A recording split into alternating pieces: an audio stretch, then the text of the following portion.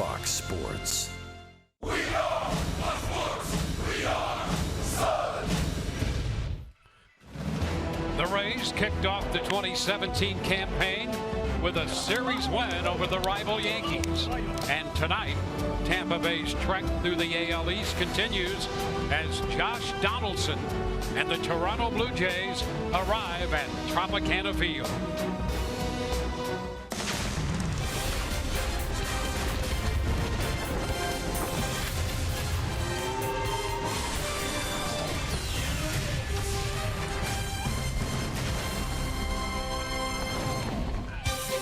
Major League Baseball's opening week 2017 continues.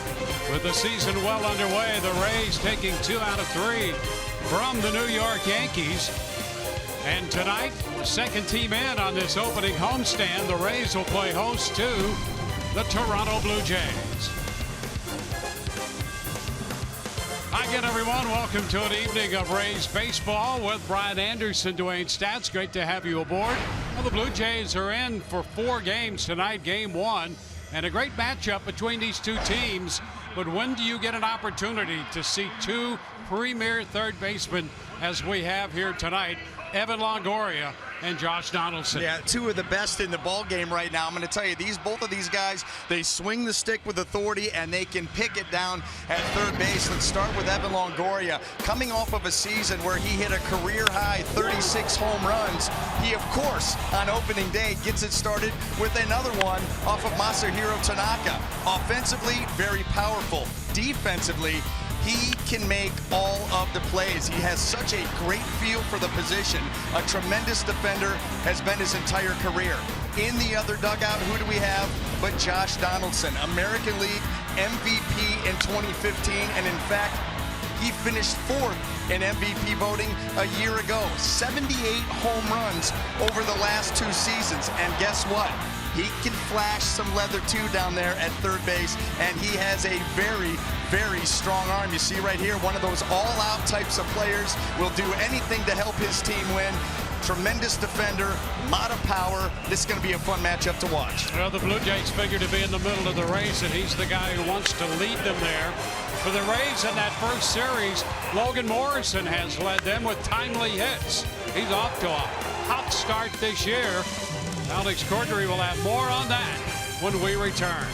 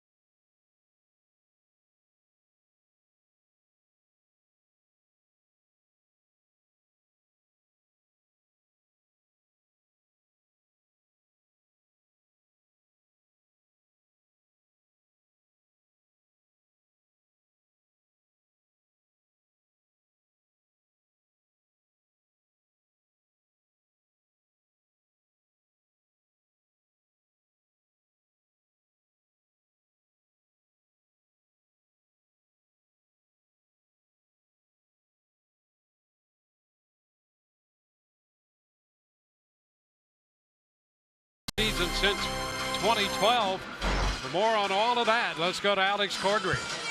I'm glad the Rays stuck behind me. That's how Logan Morrison described returning to the Rays this season. Of course, as we know, last year was a bit of a roller coaster for Morrison, but his strong second half of the year is a better reflection of how things have got started here. Now let's take a look at last April. In 2016, he was hitting 100 and had only 6 hits in 64 plate appearances. But this year, things are firing on all cylinders. He's hitting .556 with 1 home run and 3 ribbies. We've been here last year, going through the ups and downs, probably the worst down of my career here, and then being able to come out of that does give you a certain level of confidence and a kind of a laissez-faire, I guess, approach to it, being more relaxed, knowing that if you do go for 4, that it's not the end of the world, that you can come back tomorrow and go 4 for 4. So when Logan Morrison was asked about the team's offense, he's pleased with the way the Rays have got off to fast starts in 2 of their last 3 games, but he said we need to find ways to keep it going later in games. Well, the Rays hope to do that tonight, and coming up, lefty Blake Snell takes the mound. We'll be right back on Fox Sports Sun.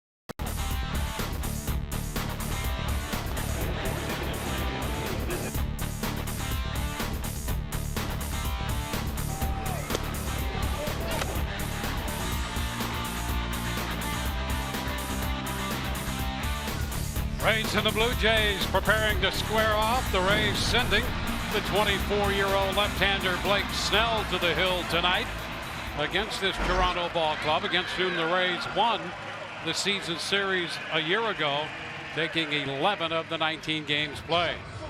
Tonight's lineup presented by your Southern Ford dealers. For Toronto, Steve Pearce will lead it off, followed by Josh Donaldson and Jose Bautista. KENDRYS Morales, the DH, then Troy Tulowitzki and Russell Martin. Justin Smoke hits 7th in front of Kevin Pillar. Darwin Barney at 2nd hits 9th. Well, and for Blake Snell, 19 starts a year ago, 6 wins, 5 of them came in this building. Likes pitching at home. The home ERA last season just over 3 at 3.04.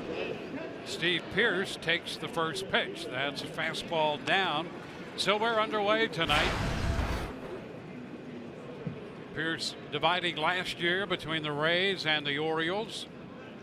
And he was an impressive member of the Rays while he was here. Can't seem to work his way out of the American League East. Everybody gets a good look. They like what they see, especially against lefties, and he has been productive. Off to a 3-for-9 start through their first series over in Baltimore, for whom he also played not only last year but had a stint there before that.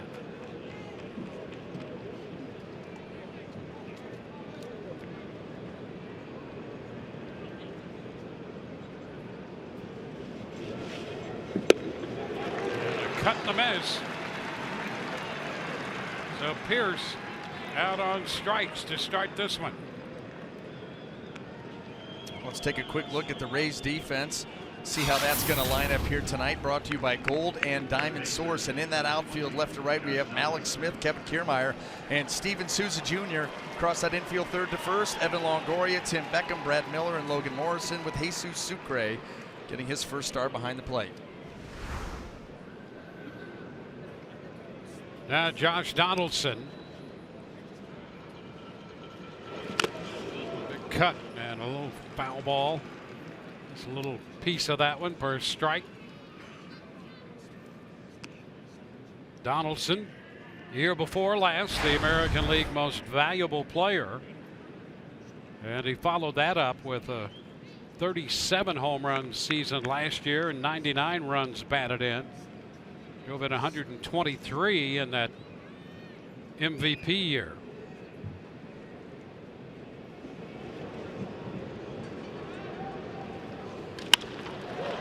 Lifts a pop fly, left center field. Who's going to get there?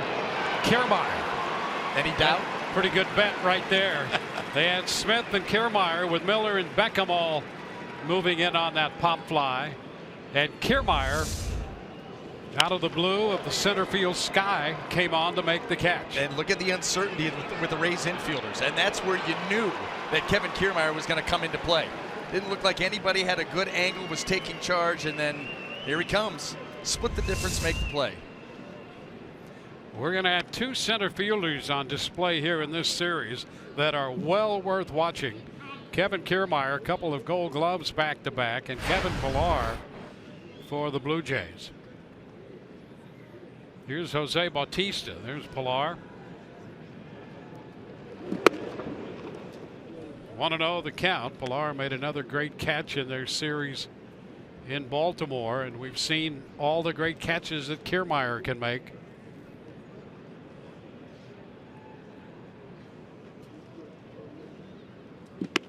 And the thing with both of these center fielders is they throw caution to the wind. They give up their body to try to make the play. Not afraid of the wall at all. Well, we see that play that Pillar made against Baltimore. He ate that wall pretty good. And we've seen him do that a number of times against the Rays. 3-0 here to Bautista. A couple of pitches missing away. Boy, those two guys underline how important defense is and how spectacular it can be in this game. And a 4-pitch walk to Bautista. Well, both have distinguished themselves against the Orioles. Let's take a look. Yeah, and I think both of them against Manny Machado. Yeah. This one, one of the best plays I've ever seen. I think that got its own bobblehead, that play. And then Pillar, eat it, baby. Man. Oh, my. That's a heck of a... And he held on. And got up and walked away. Here's Kendrys Morales. The pitch is down. Well, the Blue Jays are without Encarnacion, who was such a big part of their lineup. And they're depending on Morales now to come in and pick up where Encarnacion laid off or stopped. And then if he can do that, and the Blue Jays have every reason to believe that he will be a productive part of the middle of this order, then they figure they're going to be right in the middle of the race in the East. Well, you combine a productive order with the pitching staff. and what they were able to accomplish last year. A lot of the guys are returning, but you know, Morales hit 30 home runs a year ago. Going to hit from both sides. He definitely will give this lineup a different look. Encarnacion so productive for this lineup over the last few years. Meanwhile, Blake Snell having a difficult time finding the zone all of a sudden. 4-pitch walk to Bautista, 2-0 to Morales. Oh, got a little help there. Yep. Snell did. Yes, he did. You know, the thing about Blake Snell is the stuff is spoken for. You know, he's got the explosive fastball. He's got a good grouping of secondary pitches, the curveball, the slider, the changeup. It always, with Blake, comes down to pounding the strike zone, especially early. And when he's able to do that, good results follow.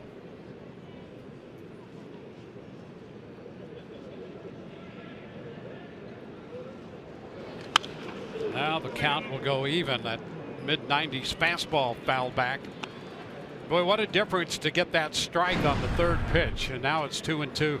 Dwayne, you're thinking we're mind melding already. Boy, I'm not sure if that's good or bad. Well, we'll see. Yeah. We'll see. Early in the year for that. Right. But you're absolutely right about that. You get taken off the hook, it could be 3-0, and maybe he's already walked him now. Instead, you're right back in the count with a chance to end the inning.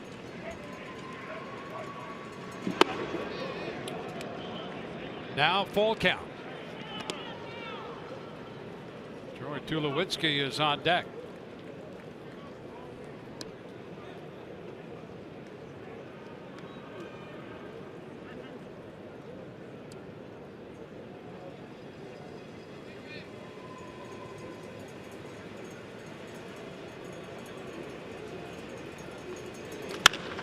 High fly ball deep into right center. Right there's Kiermaier just to the track. So the Rays will come in to hit in the bottom half of the first in what is a scoreless game, and Corey Dickerson, who struck early last night, will be the leadoff man.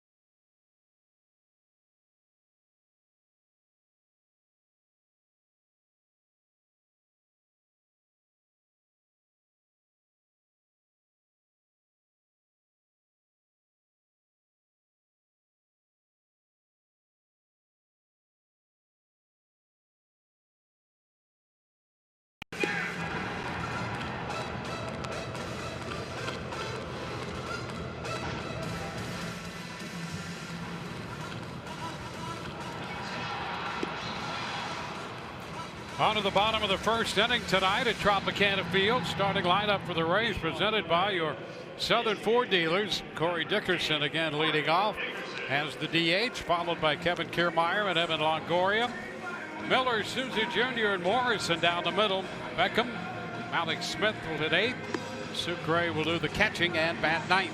Well, here's another guy that likes pitching at Tropicana Field. That's right-hander Marcus Stroman, made 32 starts a year ago, making his 5th start here at Tropicana Field, where he is 3-1 with a 2.89, and twice he's gone at least 8 innings in starts in this building. Set that Toronto Blue Jay defense for you. Brought to you by Gold and Diamond Source. And in the outfield left to right, we have Steve Pearce, Kevin Pillar, and Jose Bautista. Across the infield, third to first, Josh Donaldson, Troy Tulowitzki, Darwin Barney, and Justin Smoke, with Russell Martin behind the plate. Well, we know Steve Pearce can play all over the place, and he's in left field tonight. out there for the Toronto Blue Jays. And Corey Dickerson steps in to face Marcus Stroman.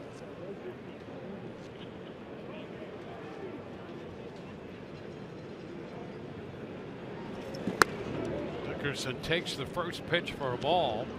Dickerson hit the third pitch he saw last night to start the first inning for the Rays and belted a home run. 24 last year.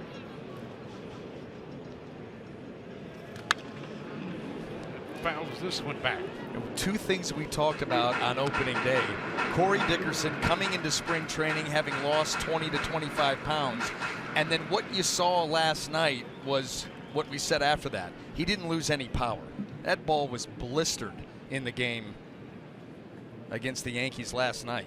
He does have one career home run against Stroman.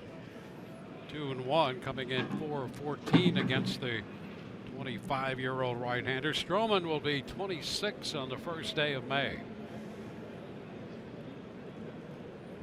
Pretty busy around the neck. Look at the car keys. Now it's 2-2.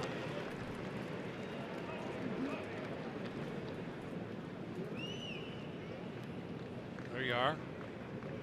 Did you pitch with anything like that? No, you know, Not quite like that. let's not talk about what I did or didn't pitch with. Yeah, there's a lot of things we don't need to talk about. That's one of them. So the count's still 2-2 here on Dickerson. Nothing like that though. That's Yeah. an impressive assortment and collection, without doubt.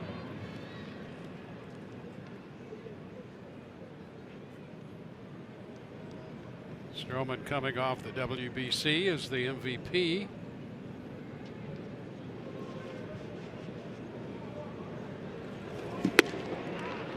And the count will go full.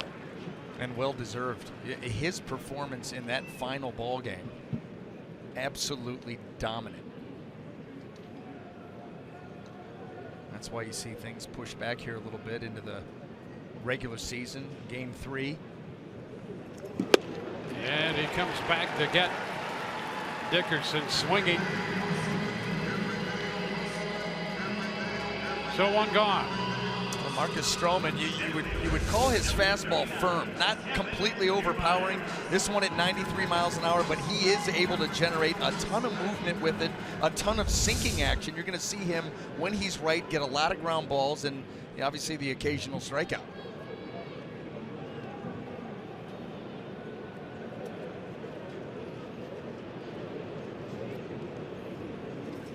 Kiermaier, there's a little piece of that one right back into Martin's mitt.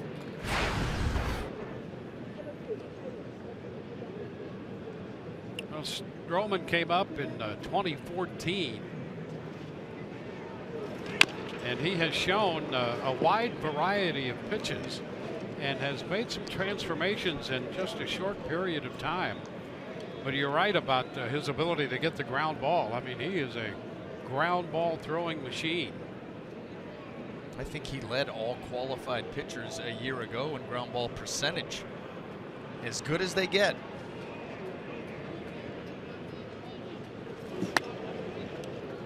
Bounce a ball, 2 strikes. Kiermaier 4 of 19 against him.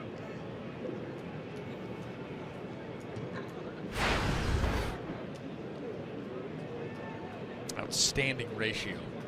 3.5, just about 3.5 to 1. And that's something, that sinker he has. When he came up, he would give you that 4-seam fastball a lot. And after he'd been up, maybe the first time around, he had that sinker, and he started to rely more and more on that and had great success with that. And found himself a valuable tool with which to work his way through a lineup. And Longoria will be next. Well, what do we hear from a lot of different hitters now? And that was a great shot there leading into this of Evan Longoria. what did he do last year to set a career high in home runs? Obviously, he hit them, but his fly ball percentage went up markedly. I mean, he really, focused on getting more balls into the air. You listen to Josh Donaldson talk. He talks about getting more balls into the air. Well, Kiermaier's out on strikes, back-to-back strikeouts by Stroman to start the bottom of the first. Right now, the Rays would like to get a ball in play. A couple of strikeouts here. Good breaking ball right there. And you see Kevin Kiermaier just can't hold up. But you have all these hitters that are looking to get the ball airborne. They say they want to avoid ground balls. Those are outs. Well, that's what Stroman's focused on getting. First pitch to Evan is down. Evan with a couple career home runs and those 8 hits off the Blue Jay right-hander, 8 of 22.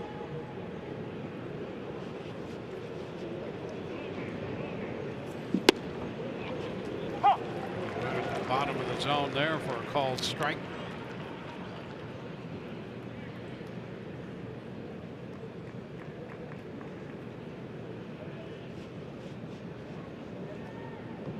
And Longoria could not hold up, chase that one.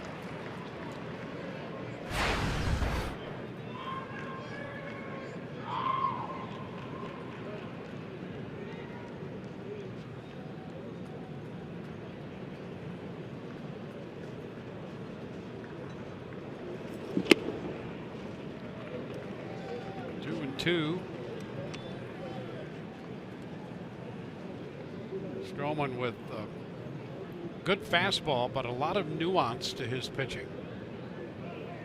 He'll move the ball around. He gets the good movement, like we said, the slider. He'll cut it right there. Comes middle up with 94. Strike. Yeah. Strikes out the side. 1, 2, 3. We go to the second. No score.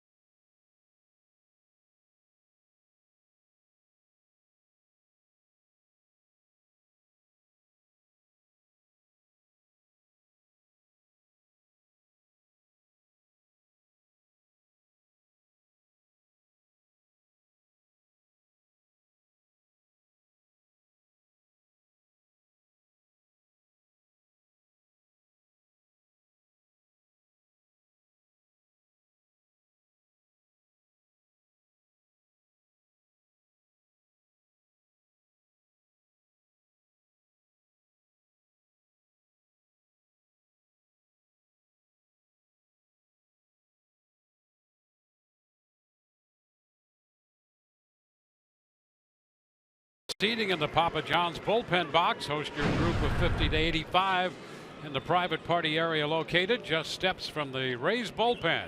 Reserve the Papa John's bullpen box by contacting Group Sales at 888-FAN-RAYS, emailing Group Sales at RaysBaseball.com or visiting RaysBaseball.com. Limited dates remain.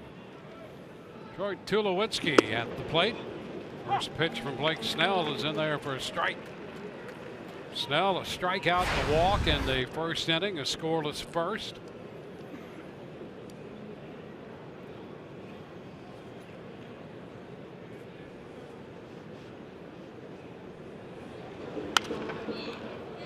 Ahead of Tulowitzki, 0-2. 24 home runs for Tulowitzki last year. Off to an 0 for 9 start right now for their series in Baltimore.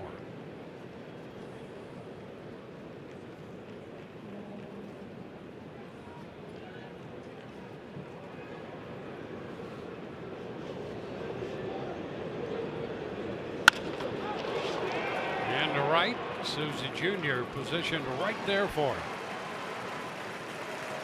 One away. Now this Toronto lineup, the one thing that we know about them is they're very powerful. They like to get their arms extended. They like to hit the long ball. And we've seen tonight a couple of times with Tulowitzki right there, and also with Donaldson.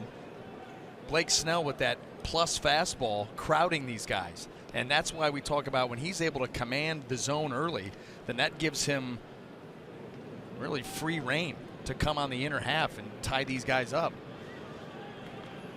Now the veteran catcher, Russell Martin, takes a strike. Martin brought in to the Blue Jays to provide some leadership for this pitching staff and do a great job behind the plate. 0-2, shaking his head at Stu Shearwater's call on that one. Well, a nasty pitch right at the bottom of the zone. And obviously did not go his way, and realizing it just put him in an 0-2 hole. Not a fun place to be. And a cut and a miss. So Martin is out of there on strikes. 2 up and 2 down. You know, that's how nasty Blake Snell's put away breaking ball is. You see right here the way he's able to snap this one, the depth he's able to get with it. Not afraid to throw 2 back-to-back right there in the same part of the strike zone, and he gets himself a strikeout. Yeah, that has been a devastating pitch for him. When he gets hitters down and can go to the breaking ball,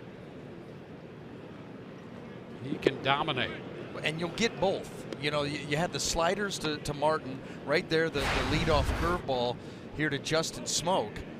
That's why it's just so imperative for him. His secondary pitches are so good that lead with the fastball can make life a lot easier. You don't see a lot of pitchers with a curveball and a slider. Right. And to get them both into play as significantly as he does. And look at the curveball breakout right there. Well, when he's able to pitch out in front and that curveball comes into play, the thing that makes it effective is he gets great depth on it, but also the speed. You know, he goes from mid-90s with the fastball, and that curveball is going to sit in the upper 70s. So not only do you get the depth, but you get the change of speed. He gets you 2 different ways with that pitch. Nice catch. Back of the first base dugout there on that foul ball. There he is. Nice. He's a future Rays infielder right there.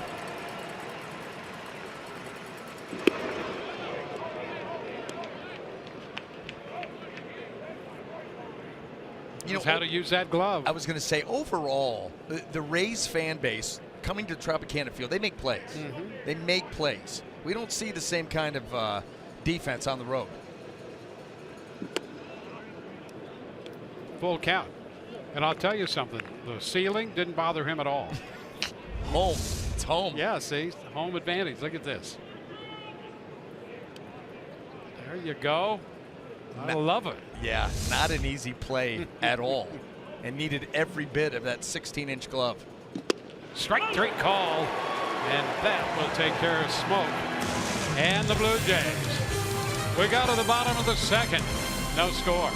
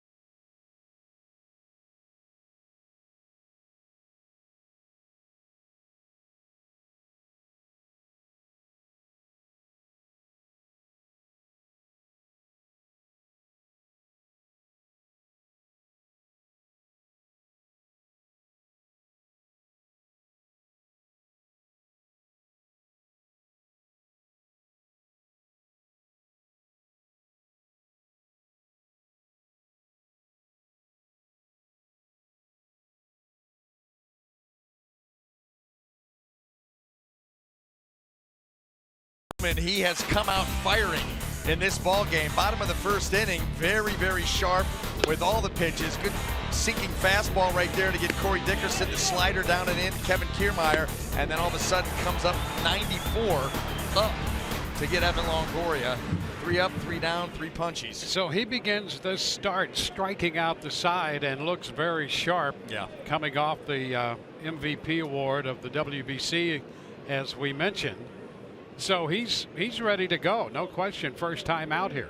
You know, and I want to tell you something. And I really think that WBC, and there's obviously an injury risk to it. We've seen guys, you know, get amped up too early, you know, because let's face it, when you get into these games, even if you're pitch count limited and it's spring training, you are going all out. The crowd gets you into it. It's max effort. And so we've seen guys get hurt. That being said, you're able to get, you know, be prepared to pitch in the WBC and come out of it healthy. I think it puts you in a better position than most pitchers coming out of spring training. A lot of guys, the first start of the season is the most competitive start they've had since, you know, 2016. For Marcus Stroman, whether he was pitch count or not, he has already pitched in some pretty big competitive games where the juices have been flowing. So all of a sudden you get to this game and it's just another game, almost more mid-season form. Yeah, and look at that right there with that slider biting down and in. So 4 strikeouts to start this game. And you know, every manager, I think, when he has a player or pitcher in something like the WBC, they hold their breath, hoping against hope that nothing bad happens. Yeah. But I think the point you make makes a lot of sense. And I mean, we're seeing Stroman tonight. We saw Archer. Yeah. I mean, I thought that Archer pitched, in quotation marks, as well as I think we've ever seen him pitch the other night after spending, you know, a little time with the WBC and then coming out opening day. He was very, very good. Right, and he had 1 start in the WBC, and it was early, but it was impressive. 4 innings, 41 pitches, you know, came out of the gate. I think it was Team USA's first game, and, you know, was absolutely dominant and let that roll right in, you know, to this season. And when you talk about him pitching the other night, that's exactly right. It wasn't the fastball slider, I'm just going to overpower you. He pitched fastball, slider, a lot of changeups, some different sequences that we've seen from in the past. Yeah, he doubled up on the changeup. In fact, you know that one pitch we saw him make to Jacoby Ellsbury? Yeah. It almost looked like a 2-seamer. It was 91. And I asked Kevin Cash about that. He said it's a changeup. He just threw a changeup 91, but boy, what great action. And he's that changeup's coming out at varying speeds. Nothing wrong with that either. No, and did you see some of the comments? In fact, I read some of the comments made by Chase Headley. He was talking about getting those hits against the shift against the Rays, but he said, you know, the thing with Archer was he was feeding me a lot of off-speed, change-ups, sliders. You know, usually you don't see Chris Archer leading with the off-speed, and it may be a rarity that he does that. But he definitely made that Yankee lineup aware of the slow stuff, not to mention the very good fastball that he had, and of course put together a strong outing. All right, here's bad news, a broken bat by Logan Morrison. But here's a look at what Archer did the other night. There's that pitch you're talking about right there, Dwayne. Yeah, that was a great pitch. Yeah. You see some really good sliders. Better than that in some pretty good spots, and then making a big pitch when he needed it. Bases juiced, the hat came off, and that line is tremendous. Well, Souza has singled a right. Now Morrison down 2 strikes, and on that second pitch he broke his bat, the one that has been so hot for him. So let's hope that this one is just as hot. A ball, 2 strikes. And what a difference a year makes for Logan Morrison. Oh, what did Kevin Cash say the other night? His start was just horrible. Yes. And how that weighs on you. Coming over to a new team, expected to be productive in the middle of the lineup, and then you get off to a start like that. The fact that he was able to recover and finish like he did was impressive. And this through the first series. Exactly the opposite.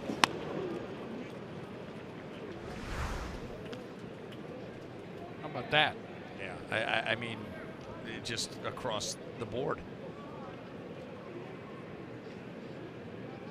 That really is amazing. The entire month of April, and we're sitting at what, the 6th? Yeah. And he's almost, He had 8 total bases for the month. He has 8 right now.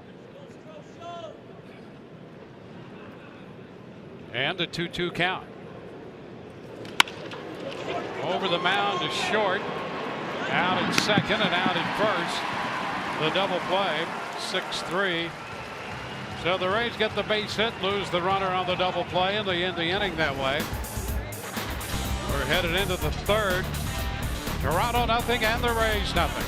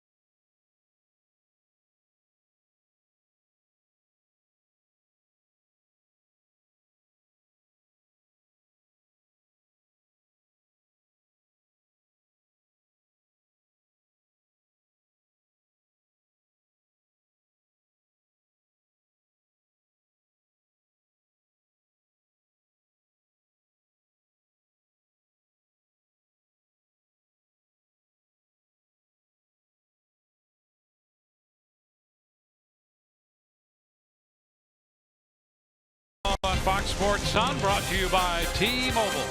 Only T-Mobile lets you stream, post, and share all things MLB. With T-Mobile One, unlimited data means unlimited baseball. By your local Ford dealer and by your local Toyota dealers. Let's go places. 28 pitches for Snell and Stroman through the first 2. Kevin Pillar, the center fielder, to lead off for Toronto. Takes a strike.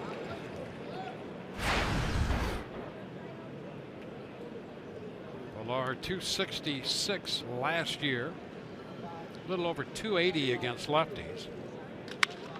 Shoots it into center. Kiermaier will line it up and make the catch. 1 up, 1 down. They should know better. Yeah, don't hit it to each other. No. It's really fun, I think, to see the game. You know, for a long time, the game is such a home run or nothing oriented game, and sometimes it's still like that. But it's really fun to see 2 guys who are as good defensively as these 2 center fielders are. Darwin Barney misses that first pitch for a strike.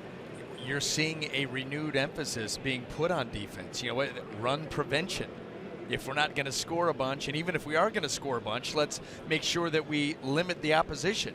Build the pitching staff, build a strong pen, and have tremendous defenders. 1 hop line drive, base hit to left.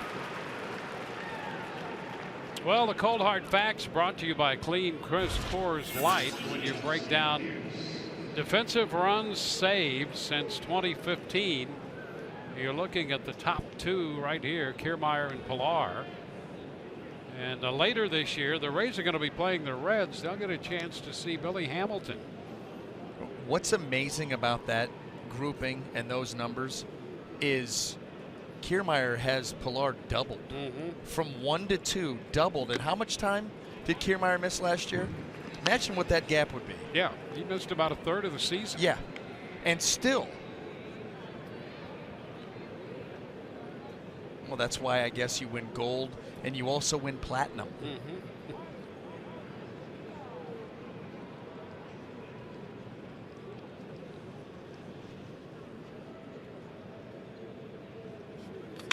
And you know, the other thing about Kiermaier, gets the multi-million-dollar contract.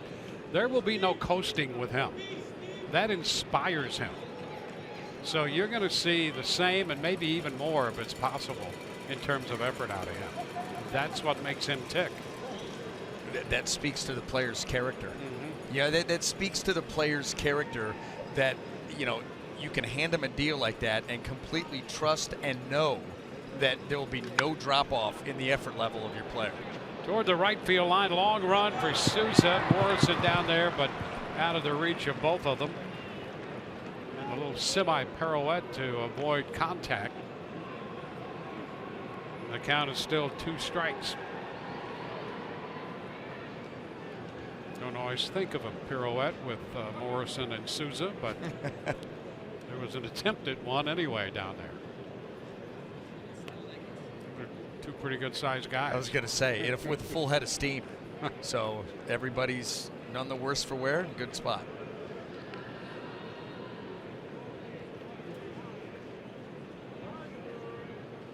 Oh, 2 count. Ball, 2 strikes.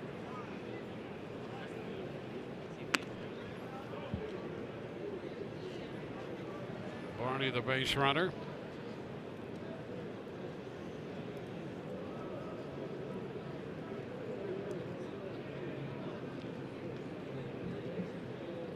Rays with a shift on for Pierce.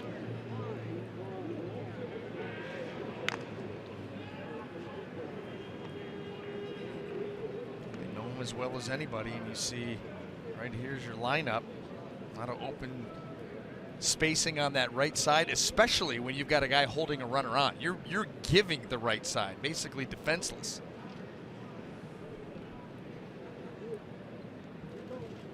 The foul on the big cut holds the count right there at 1-2.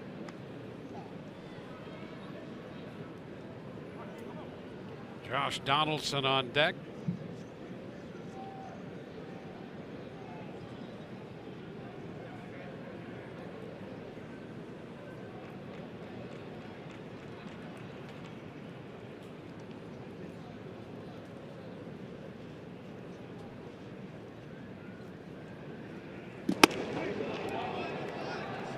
Two balls, 2 strikes. Mid-90s fastball.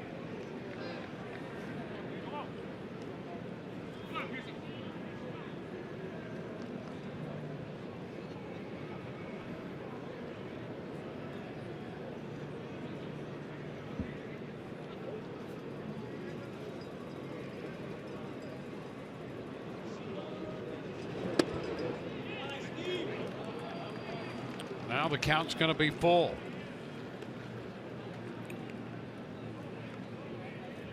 Well, you'd prefer not to have another base runner on with Donaldson coming up. So this 3-2 pitch, an important pitch for Blake Snell. Yeah, even though it's early in the game, you're right. These are one of those moments that you look back on.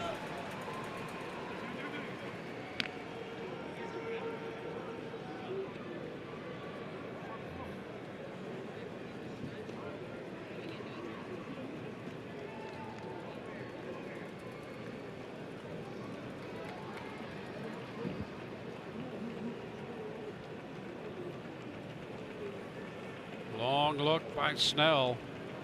Pierce staying right in there. Now he's going to ask for time. Well, the Rays battery were well aware of how important this moment is right now, even though we're only in the 3rd.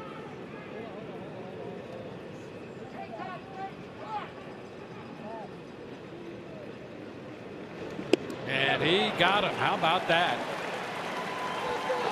3-2 and a breaking ball.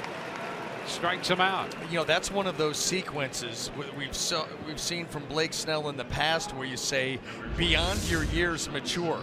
Such a big pitch, and Blake shook Jesus Sucre 2 different times to get to the curveball. That's how much confidence that he had in the ability to throw that pitch that would appear to be a strike, take it out of the zone, still get the swing and the good result. So here is Josh Donaldson.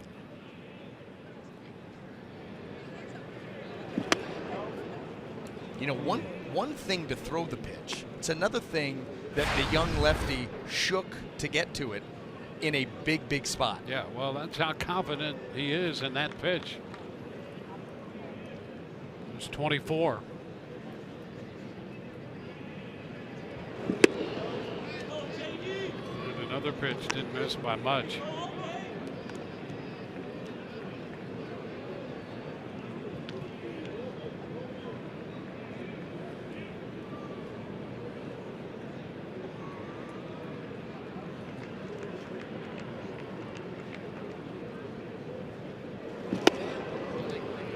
That's a strike call on the corner. 2-1.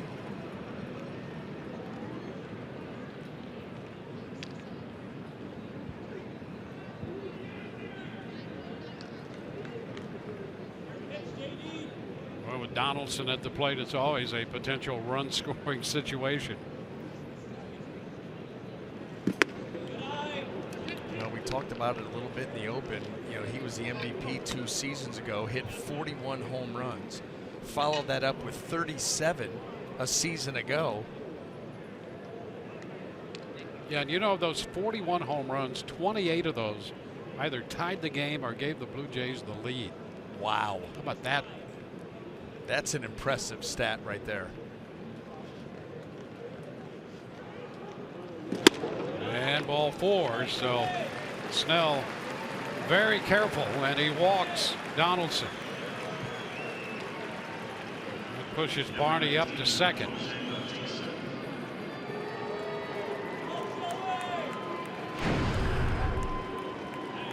So 2 men aboard with 2 men out.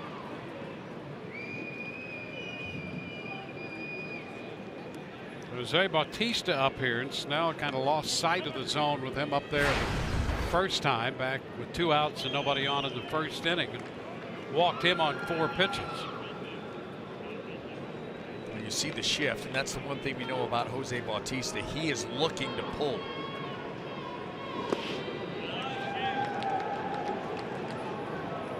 One ball, no strikes. Well, Bautista, his number is off last year. He had a number of things go wrong, and some of them physical, that prevented him from being at the top of his game. That's a strike. When he was having those great years, he was healthy and hitting the ball as hard as anybody. And that dropped off a little bit last year, and whether that was because of the injuries or just overall wear and tear remains to be seen, but put some good numbers together in the middle of this lineup for the Blue Jays. It's 2 balls and a strike now. Well, really, that's what limited his market this offseason. You know, I think that he was looking for, going into the 2016 season, having another really good year, and all of a sudden the world is your oyster, and injuries and everything kept the numbers down. Always a guy that's been able to create leverage, but it remains to be seen if he can get back to the level from a few years ago. Just with a fastball there, and it's 3-1.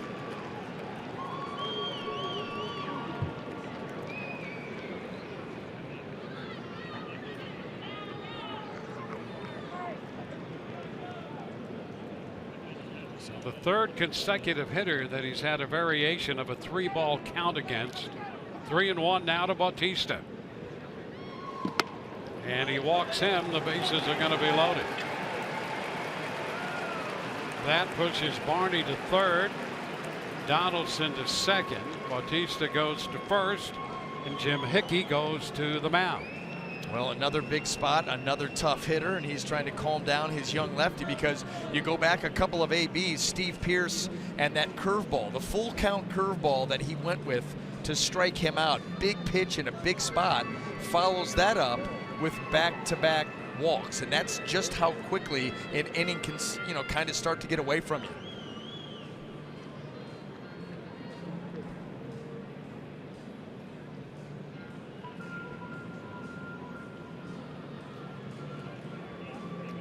Yeah, the one thing that Jim Hickey might want to counsel him on as well is to put that glove in front of his mouth to prevent lip reading, because you know how secretive Hickey is when he's out there talking to his pitcher. And Snell hasn't picked that up yet. Well, Kendrys Morales, and here's a guy with some experience with the bases loaded to the tune of 366 and 3 slams.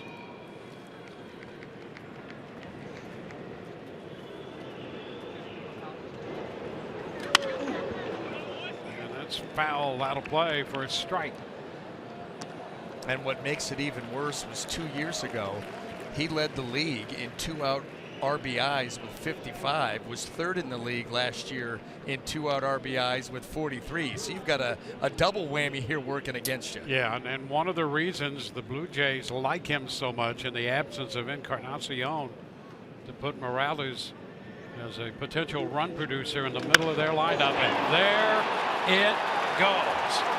No question about that. Wow, did he turn that one around? A grand slam on an 0-1 pitch, and Morales comes through with the bases loaded again. What a ride to left center field.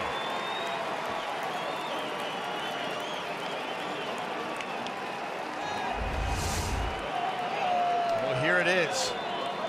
Trying to come with that fastball in, doesn't quite get it in far enough, and Morales turn and burn. Look how short and quick he was to the baseball, and watch this thing travel. It gets up onto the tarp, deep left center. Actually off the facing, not quite to the tarp. Regardless, that was a blast. Tulowitzki pops it up foul. Sucre to the base of the stands, has room to make the catch, and that will retire the side. But not before the grand slam off the bat of the designated hitter, Kendrys Morales.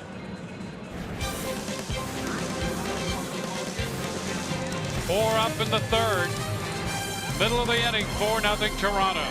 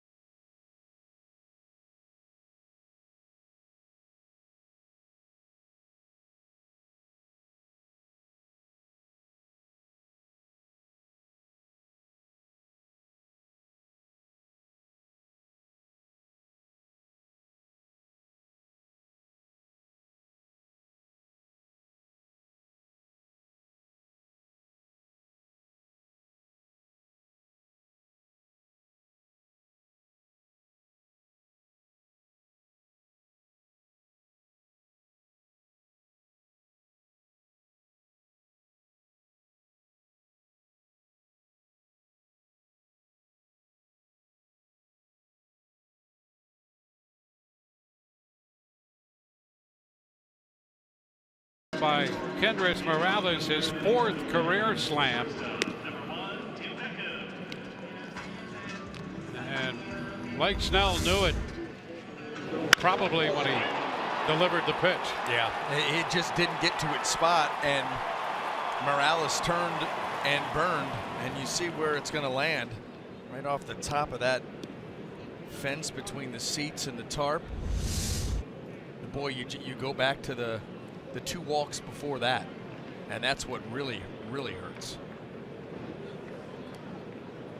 Well, Tim Beckham's going to lead it off here in the bottom of the 3rd inning for the Rays, as they now must play catch-up baseball. Pitch is a strike. Well, we've seen this before from this team. You know, face a large deficit early and then start to work, start to chip away. You need some base runners, some quality ABs, and they're more than capable. 1-1.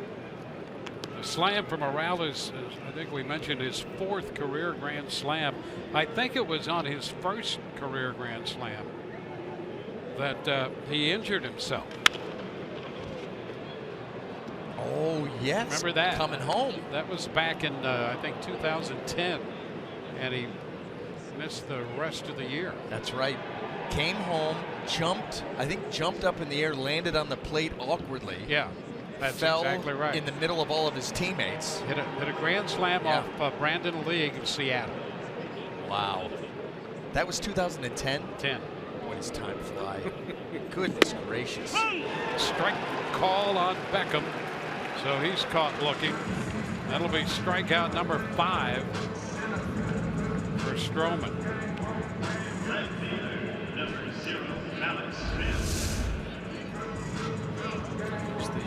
Reach on the pitch. You see late movement, starts it on the edge, keeps it right there.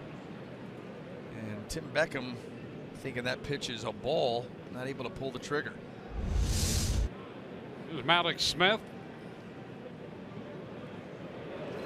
And the bunt. Martin with the pickup and the throw down. Boy, he can make it close down there. Not quite as far as he'd like to get the bunt. And Smith still made it close. Yeah, and that's the impressive part of it. You're right. The bunt was not executed like Malik Smith would want it. This is how he keeps it. It's too close to the plate, but still, he's a step away. I guess you start to look at Malik Smith and say, just get it into the turf, and you're going to get it. You know what the potential for a guy like that is with that kind of speed? Just to consistently get the ball into play and run. Willie Mays Hayes. You don't want him to hit the ball in the air, and every time he does, you drop down and give him 20 push-ups. There you go. Hit the ball on the ground and bunt and run. Jesus Sucre up here, the Rays catcher, making his Rays debut in the starting lineup tonight.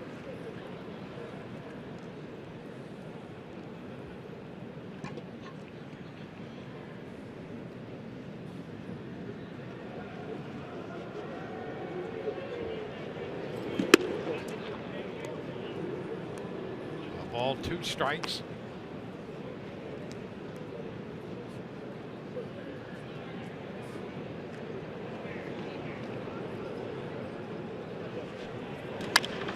Chop to 3rd. Donaldson throws a strike to Smoke. 3 up, 3 down. We go to the 4th. 4-0 Toronto.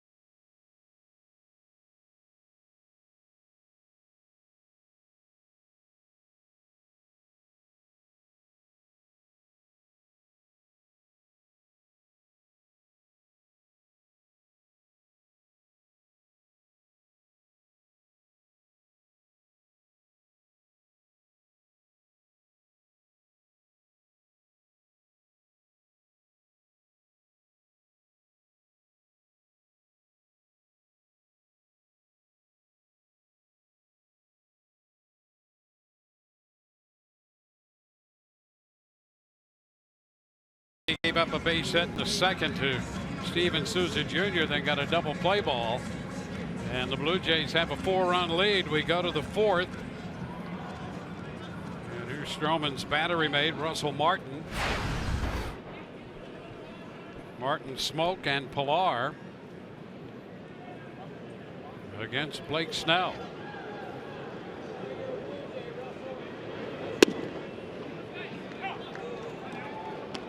Strike. Snell struck out Martin in the second inning.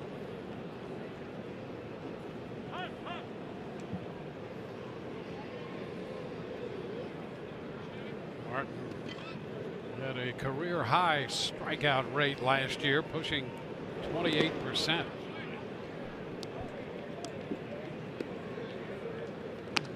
Well, that's why, you know, everybody wondering about the bat speed of Russell Martin, because it was a career high in strikeouts, percentage. Just a down year offensively. Good eye, Russell, good eye. 2-1.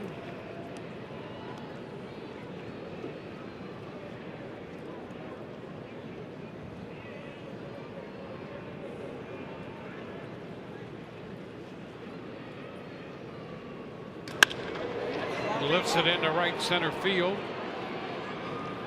Souza Jr. takes care of it. You know, and even that fastball right there, you know, you're in your count, 3-1 count, where you can sit dead red on the fastball, and Blake Snell was still able to beat him with it. That pitch got in on him, tied him up just a little bit.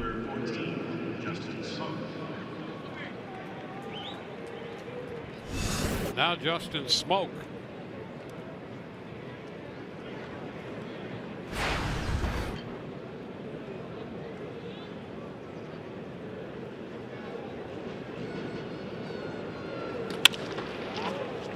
Beckham will pick this one up. There's a strike to first, so Smoke is out of there on the first pitch. So 2 quick outs now.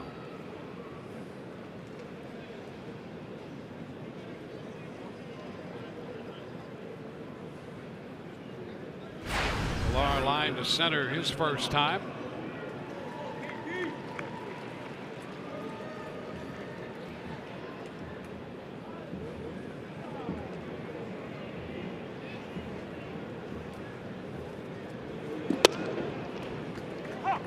First pitch strike to him.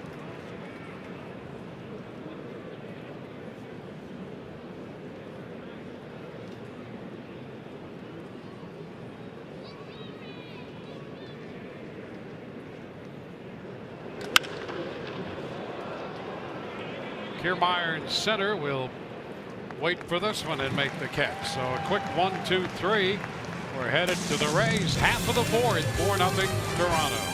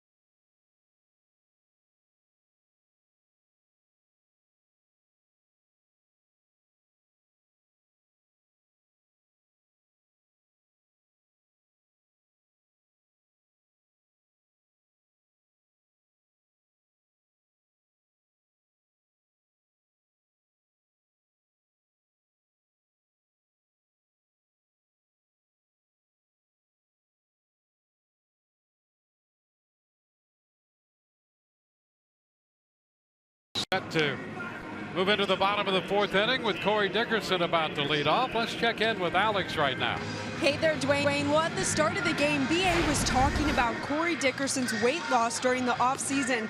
I was talking to hitting coach Chad Mottola, and he said immediately when he heard that Dickerson had lost 25 pounds, there was some concern when thinking about his power hitter. But once he saw Dickerson working out at the Trop and during spring training, he said the change of his body was all in his core. That core strength has made an immediate impact on his swing. It's reduced his swing. He has a smaller leg kick, which has resulted in a shorter swing. Yeah, he's stronger if that's possible and quicker. Well, you don't have to rely on that big leg kick as much as you did in the past, so you can keep it short, sweet, and boy, the torque that you're able to create with a strong core, that's the thing. That's where all of your strength starts. Strong core, and it's going to emanate out from there, and certainly allows Corey Dickerson to shorten things up. Takes a strike from Stroman. 5 strikeouts for Stroman the first time through the order. That's why you and I, next homestand, starting the beginning of next homestand, are going to sign up for Core Blaster classes. Both of us. Yeah. 2-for-1 deal. We're going to take them together. Headbands, the whole thing. Yeah. Because it really, the way that I'm working, you know, my body at this point, the core is the only thing I have left to be able to work out. Everything else seems to be broken. Yeah, number one, I would be concerned about my endurance, and number two, I would be concerned about your fragility. I mean, there's something broken every other day I run into you. Got to stop playing out in traffic. 1 ball, 2 strikes. I mean, we put an anatomy chart up and put a little X where something has happened. It would fill you top to bottom. I mean that. This one is down. 2-2.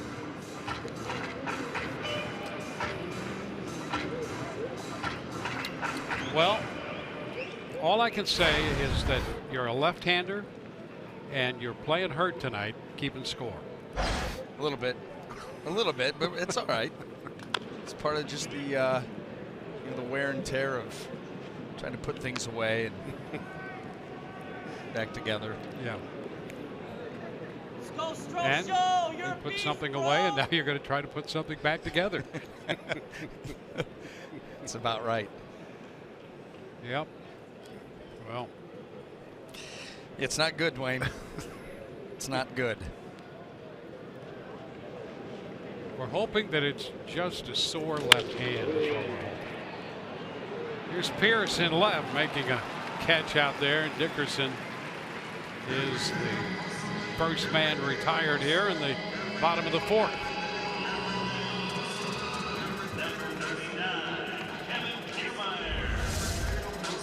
Maybe this line drive off the bat of Dickerson kind of got up in the lights a little bit. You see Steve Pierce, those eyes get wide before he's able to make that catch. Show, you're a beast, bro. Cy Young. Here's Kevin Kiermaier. All day. Strike at the knees.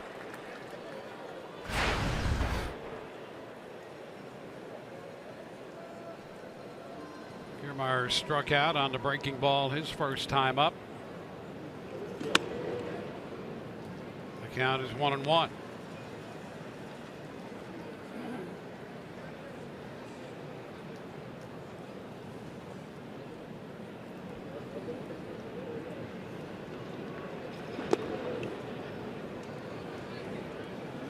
Stroman had a disappointing finish last year. After a strong start, he finished 9-10, and tonight looks right on his game. I think it was the Rays that put the first loss on Stroman last year. In fact, it was Stroman and Happ that were undefeated going into those starts against the Rays. I think that was up north of the border, and the Rays put up like 25 runs in those 2 games combined. But you're right, it was a great start, a little stumble down the finish, but having a good one here tonight so far. Kiermaier draws a walk, so he heads to first. The Rays get their second base runner. One on, one out in the fourth for Evan Longoria, who's had his share of success against Stroman. And I think that's why you saw Marcus Stroman kind of look off, and you could see him yell at himself. You're sure of it, because not only do you walk a guy like Kevin Kiermaier that can become a pest on the bases, certainly a distraction, but then you get a guy to the plate that's given you trouble in the past.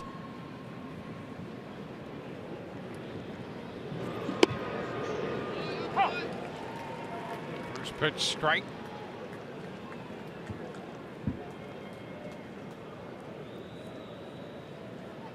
And Evan would like to see that pitch again. That kind of was a flat slider, up and out over the plate.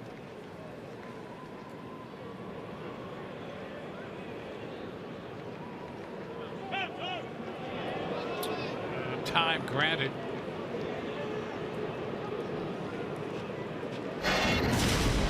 Evan connected last May against Stroman for a home run.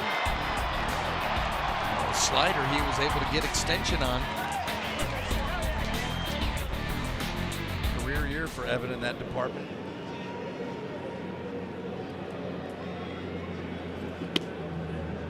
This was down 1-1.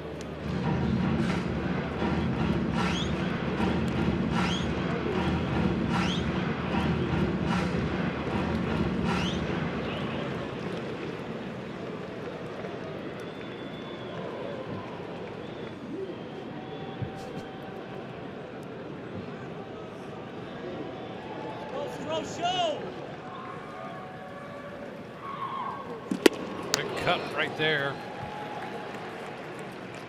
And it's 1-2.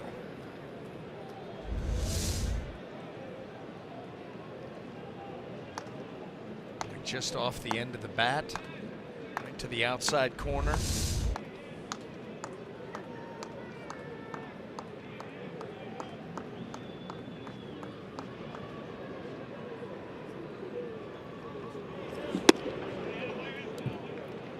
Two.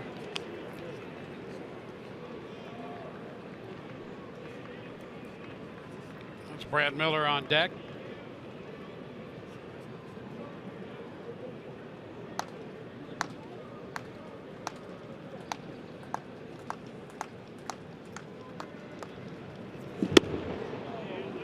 And a full count.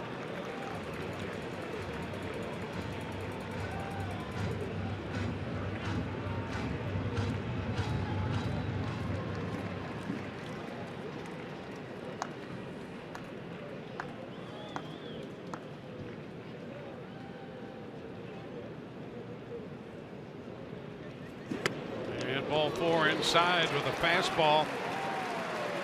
A couple of walks back to back, and the Rays get two men on at the same time for the first time tonight.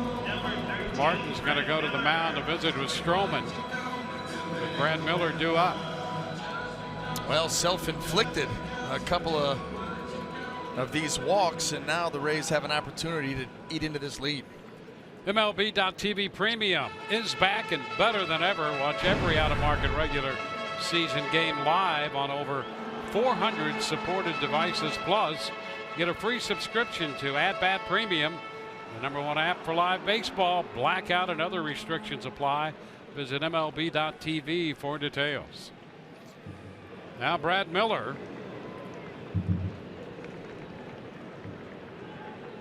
Brad, a strikeout victim his first time.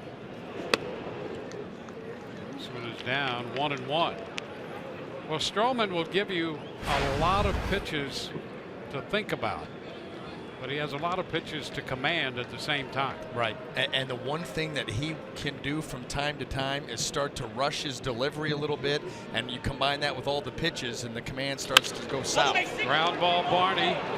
Tulowitzki 1, first base 2. He throws the 4-6-3 double play ball, and the Rays have their hopes dashed here in the fourth inning. They leave a man, do not score. And at the end of 4, it's still 4-0 Toronto.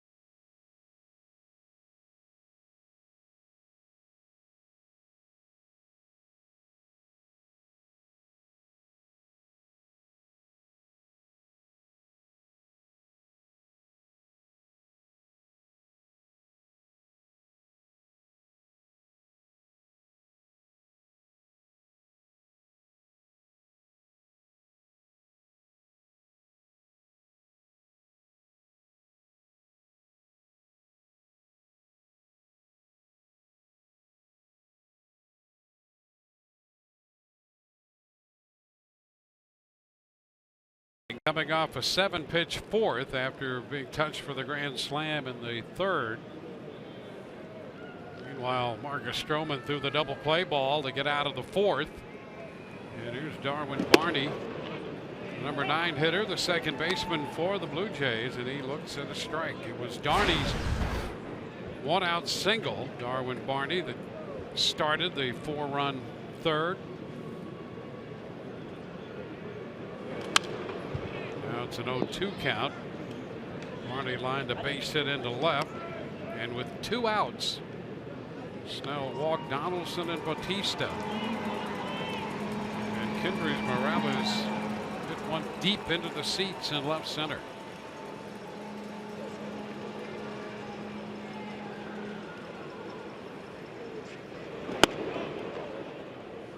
One and two. 4 strikeouts on the night for Snell. He's walked 3. Darwin. Given up 2 hits, but 4 runs.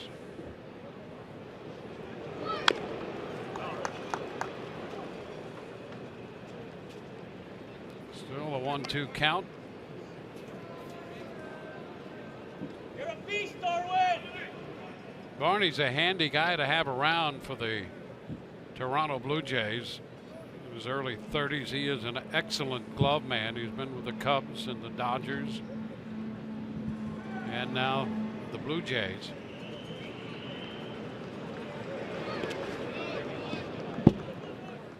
Two.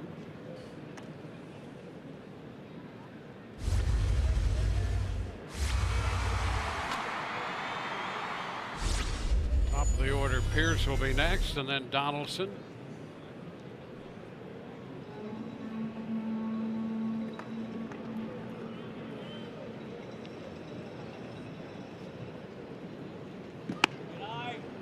And now full count. So after getting ahead, it's 3-2 on the number 9 hitter.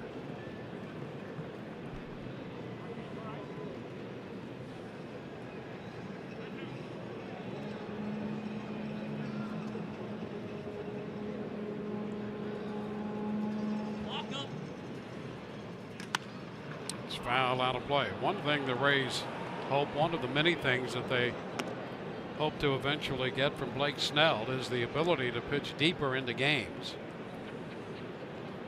And command has a lot to do with whether that will happen or not. Yeah, and I think that may be factored into the decision on how the bullpen's set up right now.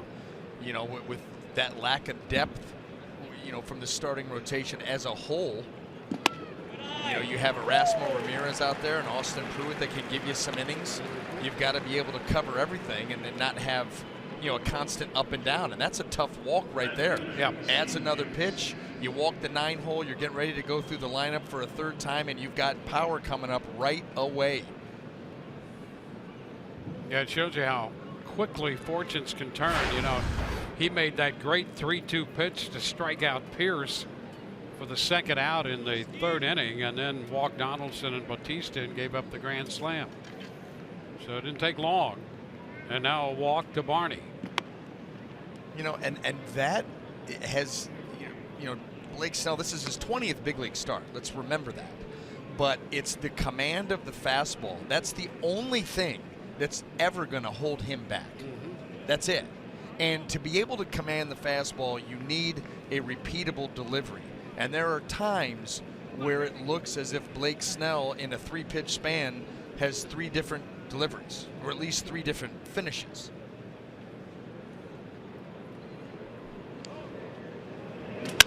Back to the mound. Out at second, out at first. So he gets a double play ball out of Pierce. Brad Miller in the middle of the double play. 1-4-3. And he's been frustrating Steve Pierce. He gets him with a changeup. Strikes him out with that big 3-2 curveball, then comes with a 1-0 changeup here. Off the end of the bat, right back to him, and get it started.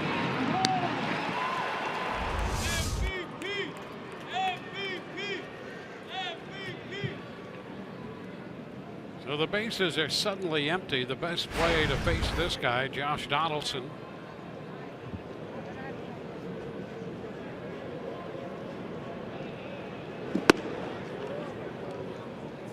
2-0.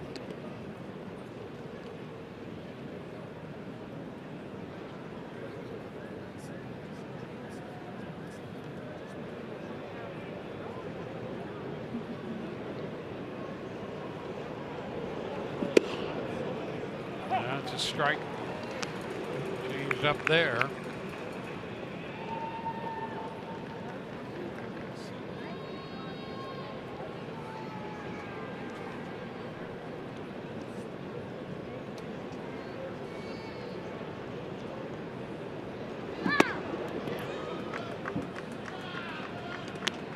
Two balls and a strike.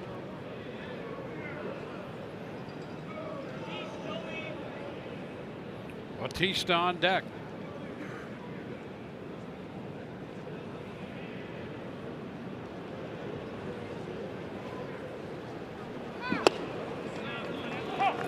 Squares the count at 2-2. Donaldson checking with the plate umpire on that call.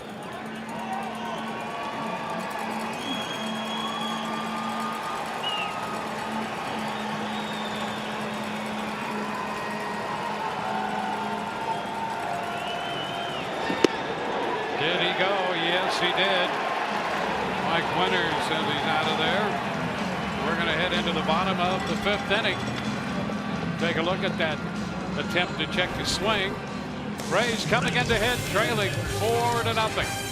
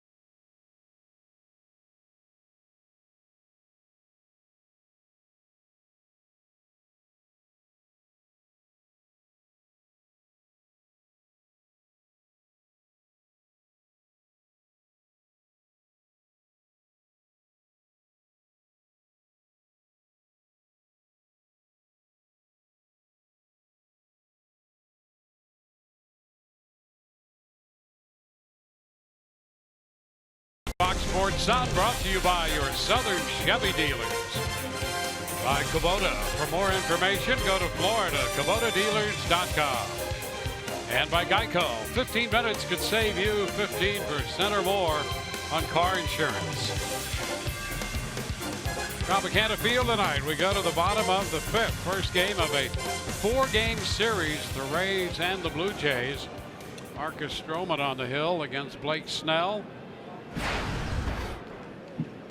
56 pitches through 4. Snell has 75 through 5. And Steven Souza Jr., who has the only hit so far off Stroman, takes the first pitch high for a ball. Speaking of hits, Tim Tebow had a 2-run homer in his first minor league at bat for the Columbia Fireflies. 2-0. Of course he did. Yeah, of course. and the Fireflies has to be one of your favorite teams. Listen, and minor league baseball has done such a great job. Yep. Souza, nice job right there, getting it all the way to the wall. He's headed for second, will turn, but hang on there with a double. And Souza is 2 for 2. collecting both hits for the Rays. And this one loud off of the bat. Low liner out into left center field, is going to sneak it out there for extra bases. His first extra base hit of the year.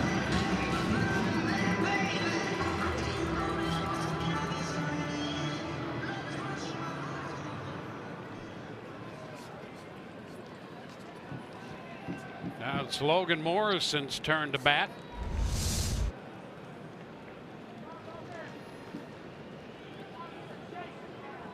Morrison, a good opening series against New York.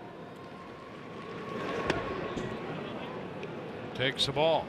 And all I was going to say was, with not only the marketing of these minor league teams, but just in general, their nicknames. They have some great ones. They really do. I mean, across the game. There's some fun logos, some fun team names, great stadiums.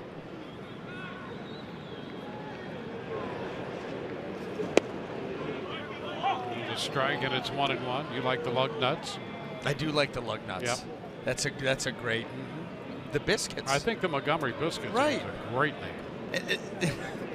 And then when you see some of the, apparel, merchandise that they play off of that, it's no wonder why such high sellers.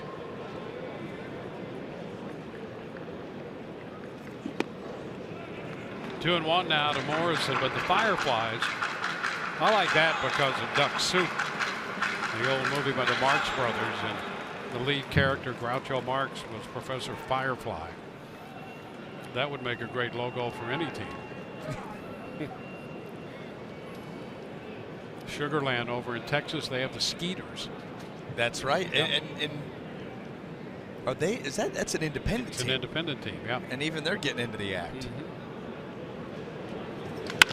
Morrison chops it to the right side. Barney makes the play. Souza Jr. goes to third base. So a man at third with one out. And the Rays want to make sure they get something here in the fifth inning with that leadoff double. They're 90 feet closer. This is part of that, when you look at this offense so reliant upon the home run last year, you'd certainly take one here. You'd love that. But get them over, now get them in. And right now, the infield for the Blue Jays, they're conceding this run. Everybody playing at normal depth except for Donaldson, and he's moving back now. Ooh, what a pickup right there. And Martin tried to use a little chicanery after he came up with that one. Souza Jr. didn't go for it. No. Tried the deke, like, oh, where did it go? It got to the backstop, hoping that Souza Jr. And Souza goes, no.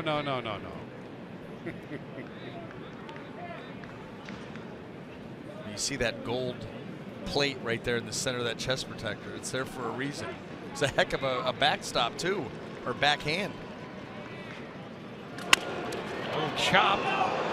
Play's going to be at the plate. Throw is high, but apparently he is going to be out, and Souza sliding in to Martin. Well, that throw from Stroman was a little high, and Martin managed to get the tag down, so the Rays will not get the potential first run, and they help Souza up. Beckham's going to reach on a fielder's choice. The one danger spot where you're going to hit the baseball, and you see Souza Jr. limping off considerably right now, trying to get some of the feeling back in that lower leg, because Russell Martin is going to come down right on top of it as he's making the tag. Right there, you see that right foot. Russell Martin, did he get him with the spikes?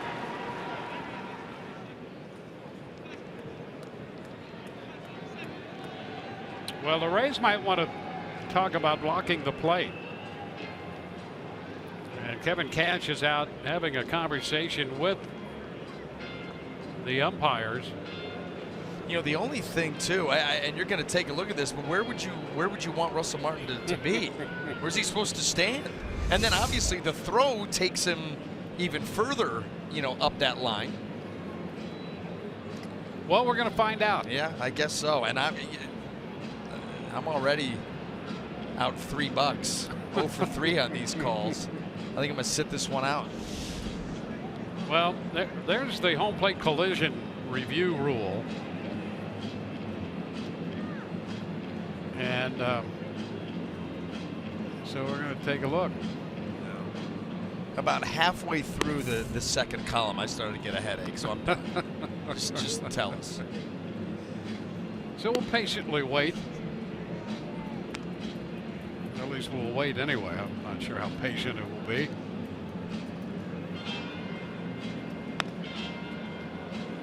There's a wide look. I just wonder, in a play like that, where do you expect Russell Martin to stand? You know, where's he supposed to stand? In the left-handed hitter's batter's box? I mean, I just don't get it. It's the throw's coming from the pitcher, and then obviously you got to go and catch it, which takes him even further up into Souza Jr. Yeah, and I think the Rays might argue where he started, and then. Well, that's what I mean. The question is then where the play takes you. Right. Right, because you're allowed to go and catch the baseball. Yeah, he did start out in front of the plate, but where would you want him to be there? Behind the plate, over in the left-handed hitter. I mean, it's absurd.